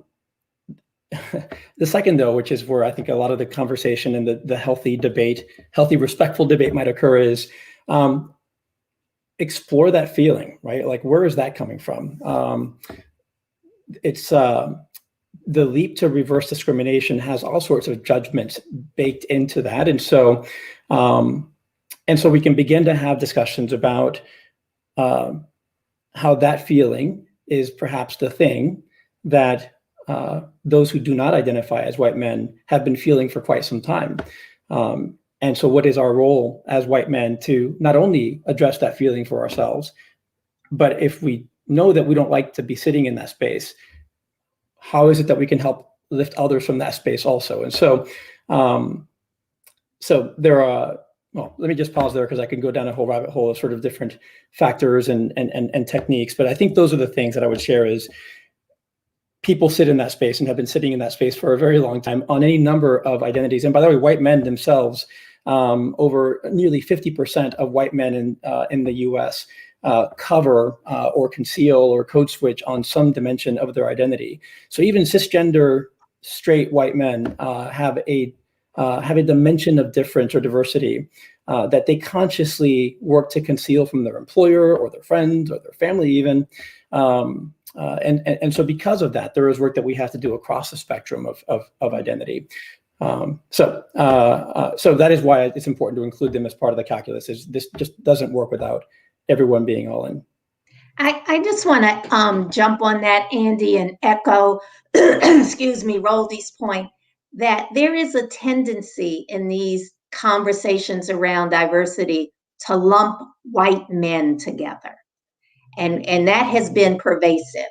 And we need to recognize the same way that women of color are very different, that women, there's so many variations. You know, we tend to leave lesbians out of the women discussion. So being mindful of the intersectionality and the many facets that Roldy's calling out often goes underlooked with white men in particular. And as history has shown us over and over and over again, the ones with the power and privilege have to be part of the solution. They absolutely, nothing can be achieved without those partnerships. So any achievements anywhere in the world requires the participation of those in power and privilege. Yeah, absolutely. And so, Roldy, if I could ask you to, one of the problems is that very often people, men in power, whatever their, whoever's in the in-group, let's just say, and I think that goes more to Jerry's point, but whoever's in the in-group, typically it's white men in the United States, but whatever.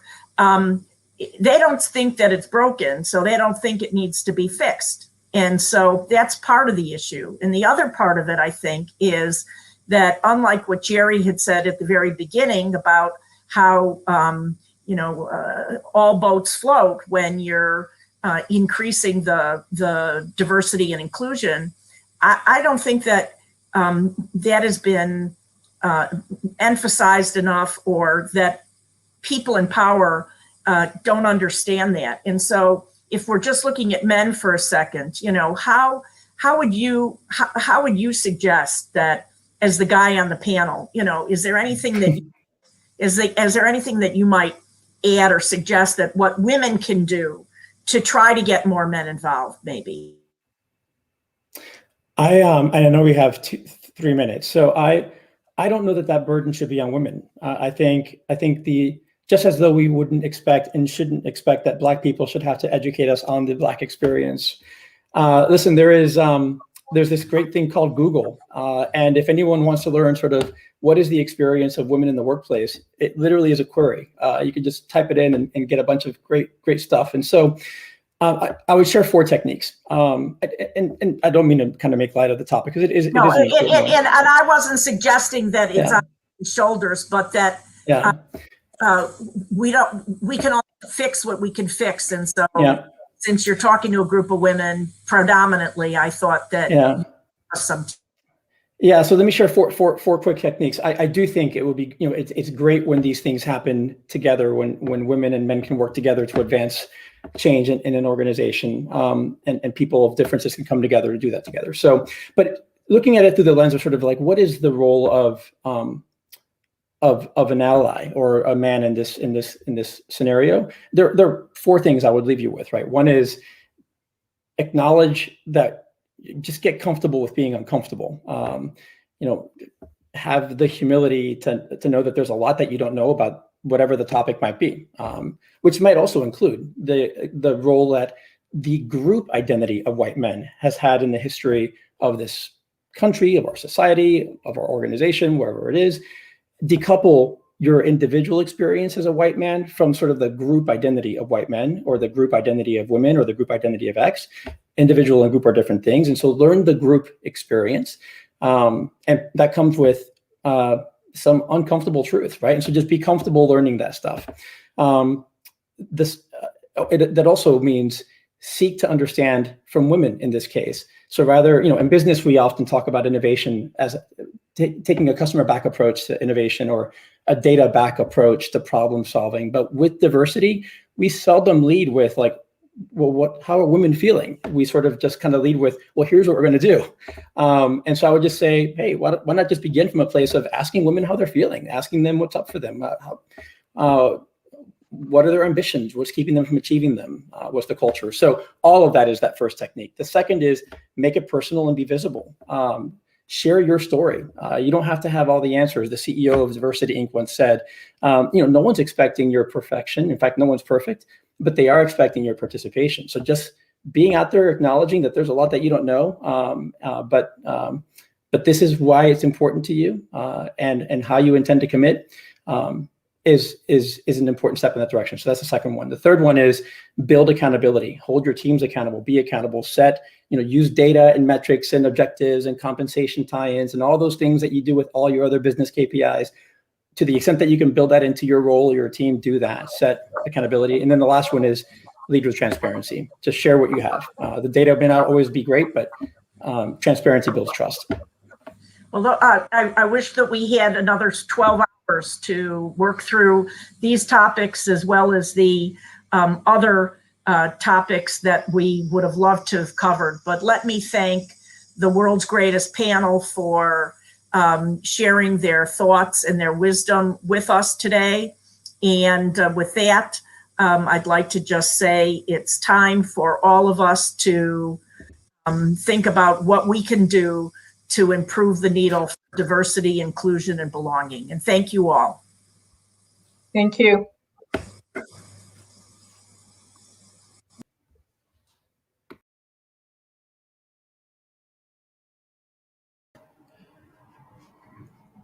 We'll be right back after a short break, and we'll be starting the next panel, which is titled Building a Healthcare System for Women's Health, with Dr. Deb Clary as our moderator. So please stay tuned, take a quick stretch break, and we'll be starting in just a few minutes.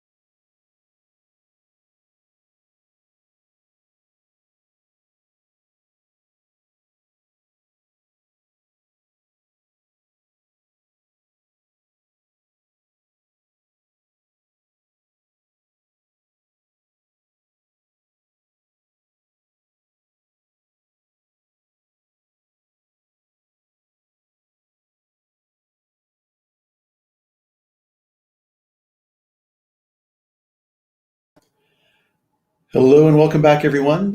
We are about to start the third panel for stream number 2, Building a Healthcare System for Women's Health with Dr. Deborah Clary. I'll go ahead and bring her into the stream.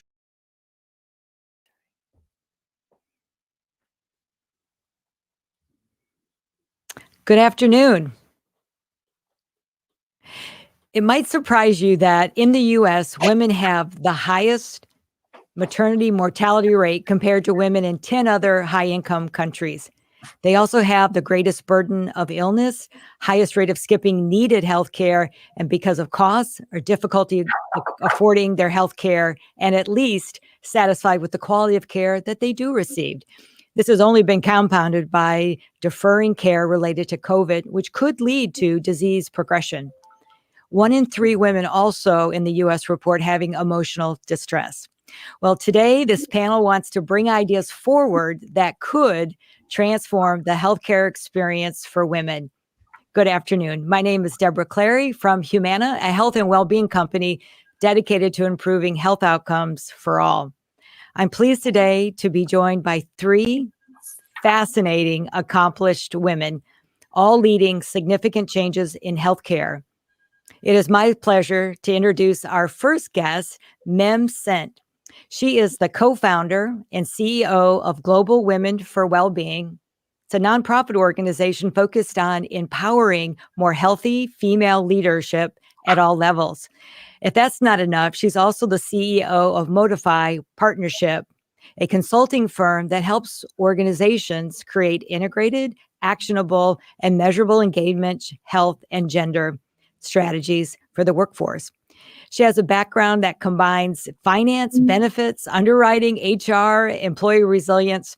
She has over 25 years of corporate experience in strategic planning, project management, employee benefit design, health and well-being programming that includes gender gap and diversity lens. Welcome, Mem. Our next guest is Stacy Stewart. She is a globally recognized leader and one of few African-American women who have served as CEO of 3 national or global organizations. She's well regarded as a transformational leader who reconstructs and leads multi-million and billion-dollar operations and initiatives. A business turnaround expert who has contributed to the Wall Street Journal, and other significant publications. So thank you for joining us. Our next panelist is Colleen Payne-Neighbors.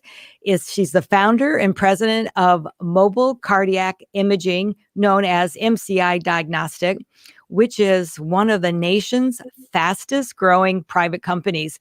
Colleen also has a multi-million-dollar commercial real estate investments and is a much sought after motivational speaker.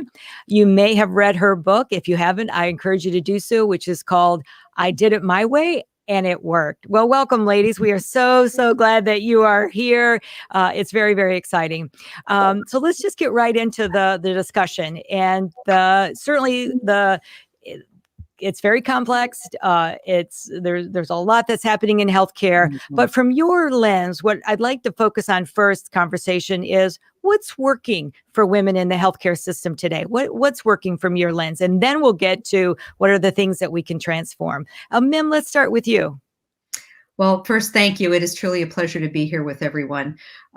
As you know, this is deeply personal to our organization because we really believe in healthy female leadership. And if we do not have healthcare equity, how can we possibly close the gender leadership gap? So there are some really good things that have been going on over the past 10 years. I think there is a growing awareness that we still need to do a lot more gender-specific health research. Because as you know, for decades, almost all health research related to any kind of cancers, dementia, you go down the list, it is still not specific to women. And in many cases, we're still being treated based on male physiology. So this growing awareness is going to be really helpful for us. You're also seeing this show up in the pharmaceutical world. So I think most of us know that we absorb alcohol differently than our male counterparts. This is also true for prescription drugs. So it's very important for us to understand physiologically what we need. I'm also really encouraged because Johns Hopkins is doing this amazing project to study how COVID is impacting women globally. So I'd say stay tuned and look for some of that research. Some of us may already know that if you got your second shot, you may have gotten a stronger reaction than some of the men in your life. So it just kind of underscores why this research is so important. Thank you, ma'am. I appreciate that. Stacy, how about you? What would you say to that? Yeah, I think I would say that, and I'm going to speak to it specifically to the areas of maternal health and women's health, especially pregnant women and postpartum women. I think, one of the biggest issues that we're working on is around the issue of maternal mortality and morbidity.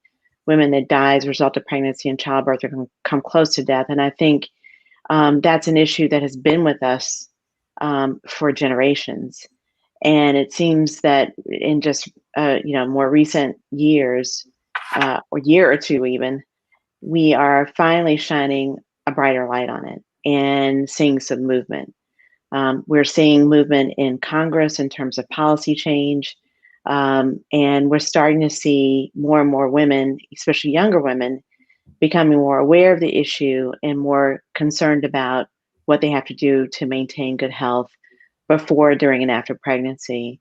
I think some of the issues also that are being brought to light are changing how we address the issues around maternal mental health, which is obviously a big challenge as well. We tend to always talk about physical health and don't often acknowledge maternal mental health generally, and especially around moms. In fact, just as has been stigma around mental health, there certainly has been that around new mothers, even among the population of new moms who feel like it's often unaccepted or not appropriate or not welcome for them as new mothers to talk about some of the pain of anxiety and depression that they may be facing. I think some of these changes have happened because of just the changing norms around this. And I think, honestly, celebrities have had a lot to do with this. When Beyonce and Serena Williams and when folks like Chrissy Teigen have talked about the issues of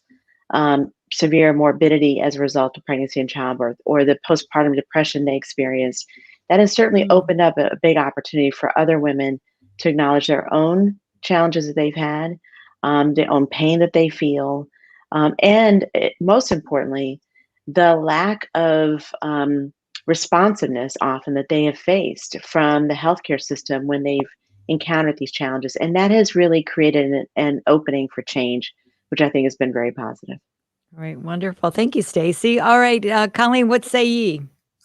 So, I've been in healthcare over 35 years, and I pretty much have seen the gamut of everything from laboratory services to diagnostics, having one of the largest diagnostic centers. So, many years ago, I think some of the health disparities with women have changed, because when I first got into this industry, heart disease was almost the number one killer of women. And that is because when we came in with chest pain or minor chest pain or issues, we were associated with having panic attacks or just stress. And so we were not medically treated for those issues with heart disease. So historically, we died a lot often, much more frequently, because of the fact that it was just attributed to stressors or life balance issues. Well, we made the gap, and we see a lot of changes in the healthcare with heart disease and cardiovascular disease. And so fast forward to where we are, this is about 30 years from now ago. Those changes have been made, but we still see diversities in what we're doing now. And a lot of the testing that's happening, as was spoken earlier, it is really driven toward the physiological person of the male, and not so much as women. We've been on the ground since day one with COVID testing, and statistically, there's so much information that we see from females being tested in this industry. What we see, those are not things that are being spoken of. Women tend to have a little bit more complicated issues. we have different diverse issues. Typically on COVID, sometimes we see more deaths with men early on. So it's just I don't think that the gap for the equality of women, the gender specific for what we are and what we're facing, I don't think that we're addressing those issues. But the really good thing is that we're having more females come into the medical arena and not just be we're the researchers now. We're developing medications for us, and sometimes that's not always what's happened. We didn't always have control of our own bodies, and we still don't, because we have a lot of times people that are making those decisions for women as well. But are we seeing some changes? Yes, we've seen some changes since I've been in this in the medical arena almost 40 years. But is it enough to overcome where we are in the health disparities and the gender issues that we're seeing? Not at this point. We still need more. Colleen, let's go to that now. So I love that you ladies have framed up that there has been some progress made, and you cited those. And I always like to celebrate, movement that's occurring. And then in addition to that, we know there's been some legislation advancement specifically in research. But now let's really dig into this. And I think this is where you were going, Colleen, in terms of what is it that what areas do we need to be more intentional about that would improve the health care for women in our country? What is each of you? Just give me a couple of ideas of where we can focus on. Let's start. Let's go back to you, Mim. Well, there was a great report that was released by KPMG last week that some of you may have seen. It's for employers and employees across the country, but what it clearly points out is this increase around mental health and mental well-being challenges. And I think it's this idea that we need to really understand the intersectionalities between some of these issues. We're talking about women in the healthcare system, but so much of us are focused on also supporting more leadership, more female leadership.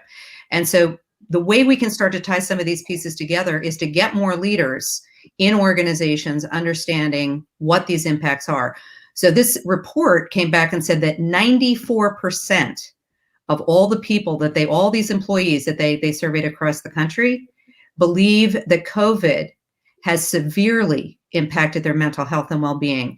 And if you read the science, we as women, we react differently to stressors, not better or worse, but differently. And so when we can start to get more targeted around these pieces and build this awareness of how our health and well-being issues are impacting us as leaders or our potential to be leaders, I think we start solving from both ends of the spectrum. Mm-hmm. I really like that. I don't like that there's that 94% difference, if you will, but in the sense of that we've been able to pinpoint it. And both Colleen and Stacy, you touched on this a little bit. What would you add to what Mim has said specifically around the mental well-being? Yeah, I would add, that there's a lot more we have to do. There just recently was legislation that was passed to establish for the first time a maternal mental health hotline that will start to be up and running soon. That is a huge breakthrough to recognize that there are issues around mental health generally, and then specific to maternal mental health, which I think is a great breakthrough. I just want to go back to one other thing, though, which is if we look at sort of the most fundamental things that we have to do to really focus on women's health, and especially the health of pregnant women and new moms, we got to start with the fact that we have so many millions of women who lack coverage. Medicaid covers over 40% of all the births in this country. And we still have lots of women who may not have access to Medicaid coverage before pregnancy to manage chronic health conditions that could get even worse during pregnancy and beyond. And so therefore, you've got women that are not able to manage their health before they're pregnant, and then that's putting themselves at risk in terms of their own health and maybe the health of the baby as well. And then we have other issues where pregnant women have a baby, maybe they got coverage from Medicaid, but they dropped 60 days after delivering the baby, and then without the ability to affordably work with a healthcare provider to manage those chronic health conditions that may have been exacerbated as a result of pregnancy. So we've got a lot of gaps in the system that are just very basic in terms of, can women access care affordably? The last thing I just want to say about this is that even if we solve the issue of insurance coverage and the ability to pay for coverage, we have the other issue of access to care. So we did a study at the March of Dimes called Nowhere to Go, which looked at the fact that we have 54% of counties in this country that are considered maternity care deserts or have very limited access to maternal obstetric care, right? So counties that, don't have a hospital that offers obstetric services, no OBGYN, no birthing center, no certified nurse midwife, this affects, or have very limited care in those ways. It affects millions of women. We have hundreds of thousands of babies that are born in these maternity care deserts. And when we start to look at the fact that if we have those kinds of gaps in both coverage and care, we're putting too many women and those babies and their babies at risk. Those are things we have to focus on, basic blocking and tackling of just making sure that women have access to care and the ability to pay. And then we can start to deal with, well, then how do we improve health and wellness more holistically for those women? Yeah, so well said. What might we learn from other countries that may have closed this gap for what you just talked about, Stacy? Is there something we can learn from others? Yeah. Well, I think there is something. I mean, right now in the U.S., we're considered the most dangerous developed nation in the world in which to give birth. When you compare us to other high net worth and wealthy nations, we have some of the worst outcomes. Our rates of maternal death have doubled over the past 25 years. They're increasing as compared to every other high wealthy nation's rates of maternal mortality have been declining. Ours have been increasing. We're in the 5th year of an increase in premature birth rates for babies. We're just going in the wrong direction. So there are a couple of things we can learn. One is that universal care coverage. I mean, that's what other high net worth and wealthy nations have done, industrialized countries have done. We have to move to that. We have yet to achieve that goal. The other thing is that we need a complete revamping of the way in which women get the support that they need before, during, and after pregnancy. In the UK, the heavy, and in other countries, the heavy reliance on midwives as support in the birthing process is something we need to look at. We need to look at the fact that we are not developing culturally competent care. We have Black women who die at a rate of 3 to 4 times that of white women. We need to be using other kinds of healthcare providers in addition to hospital care, doulas and midwives who can deliver culturally competent care and support women through that process. We just have to look at the way in which we proceed through childbirth and support women in a respectful, culturally competent way in this country to not only address the health of all moms and babies, but especially dealing with the racial equity issues that we see, the health equity issues we see, especially addressing the needs of Black and brown moms. Yes, and Stacy. babies. Yeah, Stacey. So you brought forth many great ideas here, in terms of what the gaps are and what solutions could be. If we focus on the one in terms of having other clinicians or people, that are trained, like midwives, what stands in our way for making that happen in these, as you called it, maternity deserts? Well, one of the things that we have to do is figure out a way for them to get paid for their work. We have to make sure that they can get reimbursed through the insurance system, through Medicaid, and through other systems for the work that they do. Part of how we limit access to care, and part of the challenge, for example, in accessing doula care, is if that care is only available to the wealthiest women in the world, that's not really helping where the greatest challenges are. Yes. Doulas bring value. There's evidence-based.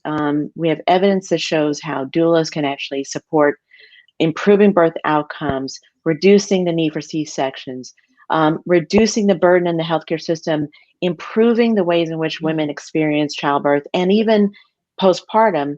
But we've got to make sure that we have a system of care that allows those healthcare providers to be compensated just like we do for physicians, for nurses, and for the hospitals in which women deliver their babies. Right. Well, really well said. Colleen, what would you add to this discussion? I think that this is one of the most critical times in my lifetime, and probably our lifetime, in terms of mental health for women, because what we've all gone through for the last year and a half of COVID, this is probably the most critical because of the fact that women, we've been off work, we've been enclosed, there's no access, we've not had access to professionals. So a lot of things that have occurred in the last year have been most detrimental to most of the women, because a lot of the physicians are now doing only telemedicine. And so when you're going through a crisis of not being able to have employment, not being able to have proper medical care, not being able to have conversations with medical professionals because everyone's kind of afraid of each other. This is probably one of the most critical times in our lifetime. You have more women being abused than ever in this that we've ever recorded. You have more injuries. You have more child abuse. So this is probably the one most important time of my lifetime that we need to figure out how to support each other and how to bring support for mental health and mental awareness for specifically women, because we're being hurt at an alarming number. Children, little girls are being hurt. This is probably one of the most important times of our life for mental health. And it's not just a conversation, but it is a conversation that needs to have action at this moment in time. Yes. So let's just, and anyone that can add to this conversation. I know this is a pretty heavy conversation, but what are some of the actions that we could take in order to close this gap that you just brought up, Colleen? The biggest thing right now is having, if we've been off work, MCI has been on the front line of COVID testing for the last year. And we've been all over this country. We've seen every possible thing that you can see. But one of the things is that the country's coming back. So if you're a single mom that's been off work, barely surviving, having enormous issues, how do we give you mental health? How do we give you support? How do we allow you to take off and get help? That's the conversation. Our healthcare system does not ever, it doesn't support women. A lot of the medications that we need, typically when they found out that women of a certain age, when that age happens, that medication is not covered. Or, our premiums for women of childbirth years, those are higher. So employers are changing that. So, it's a conversation, Deborah, I wish I had the answers as to how we could start that conversation and begin that conversation, but do actions. I see it every day and I don't have a clear answer for it. I really don't. Good. Yeah, I appreciate that. And the hope is that by working together that we can, cobble together some actions, if you will, and to make real meaning of this. Mim, what would you add? Well, Colleen, I really appreciate, both what you and Stacy have shared, because I agree. I can tell you from our perspective, GW4W, we actually have a huge event around addressing abuse against women, violence against women next week. It is absolutely one of the key issues we need to be looking at right now. Here's a simple action step for business leaders. Find out what your local resource is around, in your community. Where are those hotlines? And do what they do in restaurants. Put it in the back of bathroom stalls. Make it easily available for people, and make it safe for them to use that number. That's one thing that all of us can do in our businesses right now today. The second thing I'd ask you to think about is dependent care flex spending accounts. Many of your organizations may have these. We know that this is a huge issue. So many daycares have shut down. It is going to be so much more difficult for women to try and juggle work, caregiving, and on top of that, potentially taking care of older adults in their lives. Start to get more strategic in your organizations, or if you're a community leader, around how we better support all our caregiving female workers out there. If they do not know about that dependent care flex spending account, which is a pre-tax benefit that you can use, and you can use it if you have an aging adult living in your home, spend some time about building a communication strategy around this. Let everybody know how and when to use this, because if you just put it out there once a year, it's probably not getting the traction that you need. And it's something that can give some relief right now. And the third thing I'll share, and I've been, talking to a lot of senior HR people about this. We have to be more flexible right now. We are sort of coming back, but if you look at this through a global lens, I don't think any of us is naive about what's going on in India right now. There's going to be a lot of next normals. And so getting organizations to be more flexible for your working women, particularly your frontline workers, is going to be key to helping them get through to the next day. And the last thing I'll say, that this is not specific to health. We've been pushing off rents in many parts of this country for many, many months. And if you're a business leader, I would hope that you would consider thinking about how you can get no interest or low interest loans for some of your lower income employees. Because I guarantee you that if somebody loses their home, it's going to affect their mental, physical health, and unfortunately hurt their work performance. I think that's pretty obvious. So there are specific things that we can go out and start to do. But I think the bigger discussion around this really has to get to some of the cultural norms that still are prevalent around us getting real, true health equity and having honest conversation around why that's coming up. The last thing I'll share with you is, and it was something that was brought up to me by a woman who is in medical engineering. And when we think about healthcare parity, she said, think about this. If we don't get more women into these professions, it's not just about designing the medical tests, resources for the patient. It's also about whether or not the female physicians and nurses are able to use them adequately.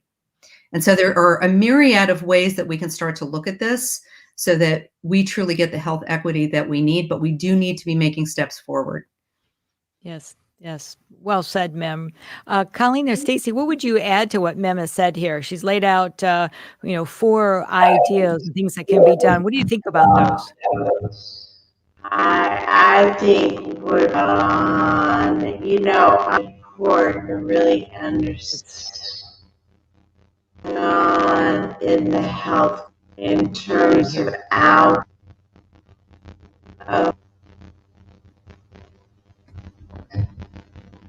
you can hear an audio probably with men is that health and wellness are primarily behind safe environments or if they're living are not going to be able to achieve the highest level of health outcomes. So we have to look at this holistically. And sorry. Yeah. I'm sorry, we're having a little static there. One of the I'll pass on to someone else. One of the things as a fairly middle-sized company employer, Mim, I think that those are all really great things. But from an employer perspective, in this industry, we don't have access to having all of those parameters. The government has made a lot of changes in healthcare. They've made a lot of changes in how we receive healthcare. But when you become a small business employer, and I'm going to say we have an audience as well, but I'm going to continue. When you're having, as a small business employer, we can't take on the cost of the world. And I live in two sections. I am female, but on the other support, I am an employer, and I probably take care of 200 to 300 people per day with this company. And so, when they will only give us so much in mental health to cover. So we have to have some subsidy, some part of healthcare that allows for women to be off. We don't, and I'm speaking to the choir myself, because when you start thinking about a small business or a medium-sized business, we are allowing people that time off. We are creating so many holes in our system, because for the most part, if you really think about today's economy, women are almost the primary breadwinners. So we are almost in some capacity, especially women of color. We've superseded and we are the breadwinners. So you can't really just say, I need help and I'm going to take off when you are a single mom or you're the head of that household, because now we're in a season where we've got stay-at-home dads. And so that mom, drops that baby, has that baby, and then within 6 weeks, she's back with all the postpartum, all the issues. And you know what? I always used to say, this is going to be a crazy statement, but man, I used to always say, man, if I ever become gay and do something, I want a great wife, because we do so much. We take care of the kids, we go to the bus stop, we pick up clothes, we cook.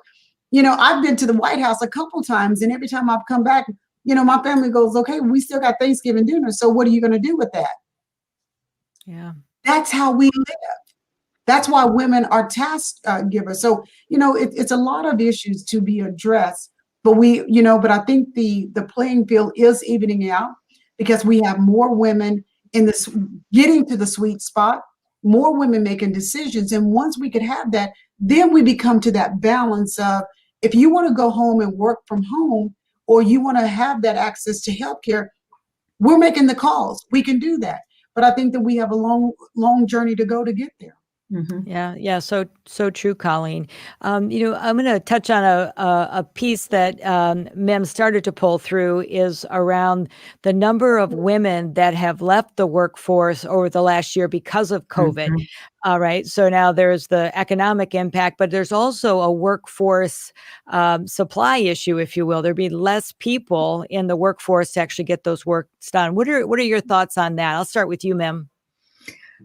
Yeah, I think war for talent. I mean, I know we're talking about women and healthcare, but I think it gets back to, if I was let go or furloughed, or we had to make the hard decision and I had to stay home to take care of children or adults or both, and now I've lost my healthcare. This is going to be a crisis. And I would ask business leaders to seriously think, as we are thinking about bringing people back to work, how work gets done, particularly over the next 6 to 12 months. Please, I've said this before, think out of the box, be flexible. I've heard senior HR people, and I know this is tough, and I get, if you're a smaller business owner, this is a much tougher decision sometimes. But how creative can you be? Is it possible to cut back on hours, do job sharing, and still keep benefits in place for a specific period of time till we get through all of this? I also would say, and I just want to point this out because I've heard this from many, we have a very, very diverse group at Global Women for Wellbeing. And so I want to seriously call out, there is also a huge diversity issue here. And we look at women in one thing, and then we have this diversity and inclusion or racism, piece over here. And we need much more integrated thinking around this. The person that has come back into, and I'm going to give you a specific example. One of my board members who lives in Ohio, has a lot of family in Detroit. She has lost 9 family members in the past 14 months. She's an executive. 9. If you expect that person to show up and function, because we have to get back to work in the same way as somebody who might have had to work from home, might have been challenged, it's a completely different ballgame about how they're going to show up, how they're going to come back into the office. And for women that, and Colleen, I really appreciate that you touched on this, these unpaid working hours, that all the data, it's out there, whether you look at Lean In or Catalyst or any of the other groups, right? It's all out there. We still work on average 10 to 20 extra unpaid hours than our male counterparts. So of course we're burning out. Of course this is an issue. And if we keep thinking of equal treatment as equitable treatment, we're really missing how we're going to move forward, and missing where some of these strategic solutions are actually going to start to come together. But I cannot overemphasize hearing from my colleagues that come from diverse backgrounds, that it is even more important in my mind for us to work on truly respecting diversity between us as women, so that we can truly stand together and have what we refer to as intentional inclusion. And it goes fundamentally back to our health and well-being. If we cannot hear each other, then people feel alienated. When we feel alienated, it impacts our health and well-being. So and true. so it's just practically what can we do right now with the woman that is with us today and the leaders that we're standing with today. Right. Stacy, what would you add to that? Yeah, hopefully you can hear me. Can you hear me okay? All Yes. right, good. Sorry. And I may have missed the conversation when I went out and came back in. But one of the points I was trying to make earlier, and I don't know how well I was heard, so I just want to go into it a little bit Yes, more, which please, is that please. um, I think one of the things that, I mean, we're touching on a lot of these things about the effects that life, those effects that are, really impacting women and women's health today, COVID, the pandemic, working conditions, things like that. And I think one of the things that we think about in maternal and infant health and the work we do at the March of Dimes is really the fact that we talk a lot about maternal health as if that can be fully influenced in the healthcare system alone. And the reality is that we have to acknowledge that the way women have become healthier before pregnancy, during pregnancy, and afterwards really is largely dependent on how they live. We know based on research that 80% of our health is really determined by what we call those social determinants of health. So if a woman is living in an unsafe environment, if she's living in housing that is not affordable, substandard, if she's facing the stress and anxiety of a pandemic, losing her job, potentially getting evicted, if she's living in a food desert or a maternity care desert, all of these issues impact whether or not she's able to maintain her health. And of course, the issues of access to care and coverage are things we already mentioned. And it's impacting her physical health and her mental health. And we know based on research that the ideas of weathering and those ideas of, especially a woman of color, if she's facing the effects of racism and discrimination in her daily life, those have, a really detrimental impact on her health. And so part of this issue of women's health has really got to get to the core of how we live and whether or not we have an environment, whether or not employers, whether or not our communities are really supporting women in the way that they need. For example, you mentioned, what do we learn from other countries? Well, why are we one of the only highly developed countries that doesn't have paid family leave? Why are we allowing women to have to face these issues of caring for a family member, a child, or a parent, and having to make those offsetting choices of, do I stay at home with my family member or do I go to work? Because I may not be able to do work and have the economic security that I need. Why are women having to face those choices? Why are we facing gender pay gaps that put additional stress on a woman, especially if she's a breadwinner in a family? These are some of the things that we have to address fundamentally and systemically in this country if we're going to actually impact health and wellness for women overall. And frankly, the US has really failed women in this way. And we've been doing it for generations. And I think finally it's time that women really stand up and say, look, if we want to have equity for women across the board, women of color, but also women in rural areas, women in working class communities.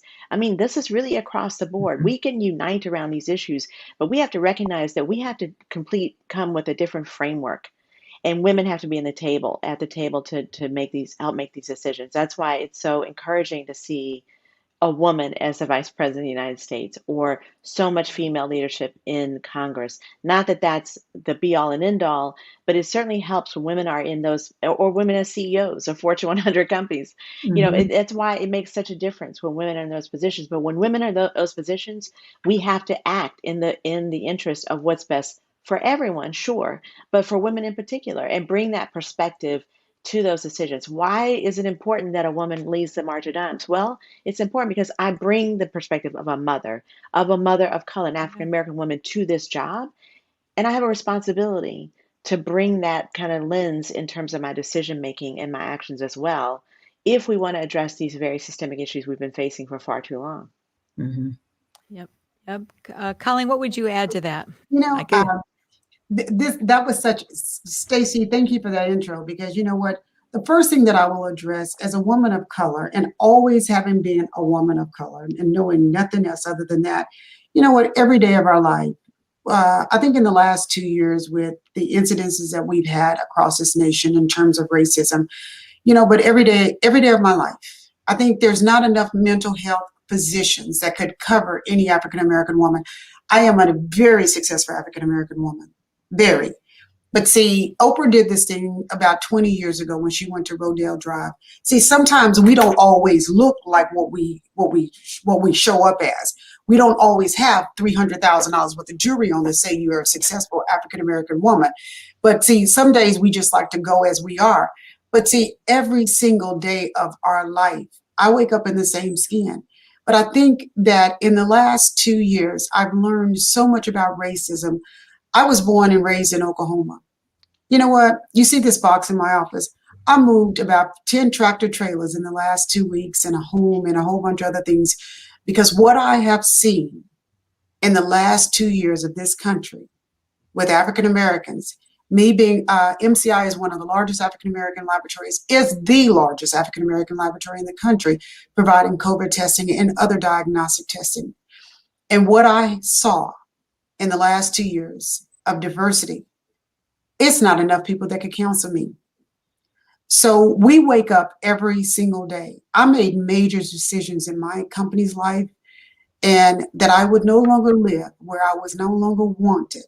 And so I don't think from a perspective of being an African-American woman, I think being raised and born in Oklahoma all my life, we had a gentleman that came from New York one day and he said, how do you live here? So much racism. But see, people of color learn to live with that. And we learn to turn our head. And we learn to not to pick a fight if a fight doesn't come, but understand the rules. If you bring a fight, I will show up and show you who I am very quickly. But racism and that, we don't have enough energy for that, because every day of our life, someone does something to us that is just unbelievable, but we've learned to live with that. So see, you got to be a strong woman to walk through my shoes every single day, because being one of the most successful African Americans in the state of Oklahoma, I didn't went through a whole lot to be who I am. So then the question comes up that Stacy so said, I'm a small company, but very successful. I can't pay you to be off every single day. No company can do that unless that conversation is addressed. So we give you the time off. But what happens is, who's going to secure your job what is it? 80% of the companies in this country are small businesses. Mm-hmm. We can't afford for you to be at home and not be on that job. So there's no paid time off from a mental health perspective that can save your job. We're in a corner, ladies. We are 100% in a corner, and I am what you call very, very real. So not only am I an entrepreneur, but I'm also an entrepreneur of color. And I am also an employer, that says that, you know what, I want to support you. But see, I'm a small business. 80% of us are. And we lost about 400,000 businesses with COVID and counting. Mm-hmm. So we don't have the manpower to let you sit at home, whether or not that's a real mental issue that you're facing or not. Because there's nothing that can save your job. It couldn't even save my job. Every day I have to buy for my job too. So, those are real significant issues that have to be addressed, because nobody can save your job, even with paid time off. Yes. You can have the paid time off, but what saves our job? That's the conversation. And I have never learned that conversation. I understand 6 weeks off on maternity leave, and maybe you get 8, maybe you get 12. But at some point, you got to come back to work. So we have real issues that need to be addressed. And, I think that it's so important that we're having this conversation and discussing these issues. But from a real world perspective, we got real world issues that cannot be addressed like this, because I'm living and breathing, and I'm female. And every day I wake up with something. So.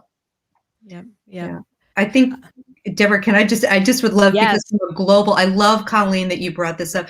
I actually, believe it or not, just spoke at my Chamber of Commerce this morning. So with the small business owners, right? And a lot of this was coming up, around these issues. But I think that there is a lot for us to learn globally, because you think about all these other countries out there where women get a year off, right? There are successful businesses in different parts of the world. And I think now we do need to have these hard conversations.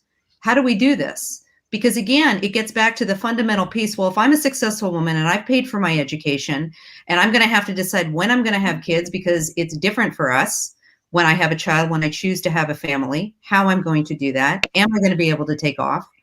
And really what we're going to do about that. Fertility issues. You talk about this is something we didn't really touch on this, but I also think that there's this opportunity for us when we talk about women's health. How do we educate 18 to 21-year-old women and talk about investing in the 401k of their health?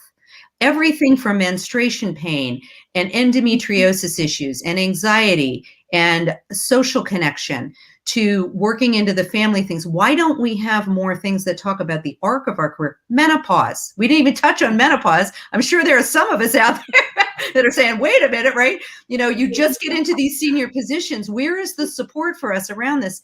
And most of these things are normal these aren't illnesses. This is a normal physiological thing that happens in our bodies because we are female. And I think that's part of the conversation here too. We have to find ways so that we as women, as leaders, the world needs female leaders. There is plenty of data that says that. We need to be at our healthiest. So I think it's one of these things where we have to have these ongoing, very tough discussions so that we can start to find some steps forwards. Brilliant women, we can solve these problems. It's just not going to be so easy. Yeah, so well said, Mem. We promised a in-depth, rich discussion, but we didn't say it was going to be pretty because it certainly is not. We've not masked it, so to speak, and I really value that in each of you.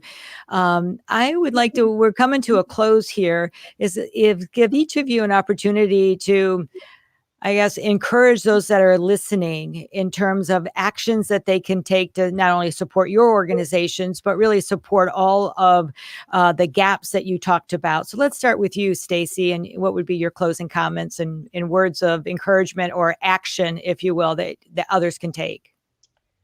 Well, look, I think we just are at a very important point for those of, for folks that really believe that every mom should be healthy and every baby should be healthy, for those that believe that 2 women shouldn't die from pregnancy and childbirth every day and 2 babies shouldn't die every hour before their first birthday. I mean, if those are fundamental things that you believe, then we encourage people to work with us at the March of Dimes in a number of ways. And I think one of the most important things people can do is become a part of our advocacy work.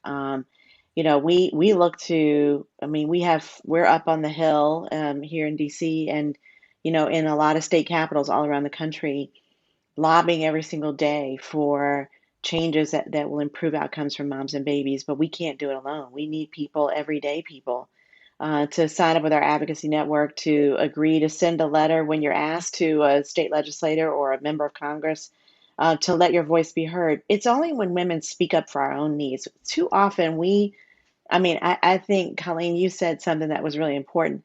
Things happen to us and we just kind of accept it and move on. And somehow we've been trained in our lives to do that. And you look at men, they don't do that. When something's not right, they speak up and they address it, and they want it addressed right now, whether it's their compensation or some other issue. And I think at some point we need to acknowledge our own power and our own voice and stop accepting the status quo as acceptable for us. Because what we know right now is not acceptable. And we see that in terms of the outcomes every day. So what we would say is, we would love to engage people in this issue. This is, the issue of maternal and infant health isn't just about women and moms. Raise your hand if you have a mom. I don't care if you're, everybody's got a mom. Everybody's got family members who are becoming pregnant, expanding their family, including us that are listening right now. So, these are issues that touch every single family in this country. And we have to come together and understand that these are important values that we have to live by. And if we care about these values and believe in these values, we have to act on them. We just can't accept things the way they are. Thank you, Stacy. All right, we have just 2 minutes left. Colleen, I'll go to you for a few minutes here, and then Mem will have you close it out for us. Colleen? Just quickly, and I won't take up, I think that this is a generation that we would see change, but change has to start now. Having this conversation at this time, at this moment for women is the most critical time, because we can make change. because there's more of us out there on the forefront. So change is coming, and it should come, and we should see it in our lifetime. Thank you, Colleen. All right, Mim, bring us home. We have enough data. We now have to take action steps. We've talked and talked and talked about pay equity for more than 100 years. It's time, and we are going to have to push harder and louder to make that happen because it directly impacts our health and well-being. Please take the time, if you are very interested in the health side of this, to download the GW4W white paper. It is research-based, and it ties together these issues around caregiving, financial health and well-being, and our ability to lead. It is free, and we put it out there as a gift. And it's funny that we put this out 3 years ago. We must honor diversity in all the ways it shows up: ageism, introvert, extrovert, race, non-binary, all these pieces, because when we can do this and do this effectively, people are heard and seen. That supports mental health and well-being, and it means we're going to be able to solve these problems a lot faster together. So I am just deeply grateful to both Stacy and Colleen. It's just really an honor to be here. And Deborah, thank you so much.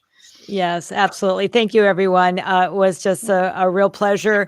Not good news, so to speak, but news that we need to hear and to take action on. And you ladies were amazing, and I appreciate you. Back to you, Todd.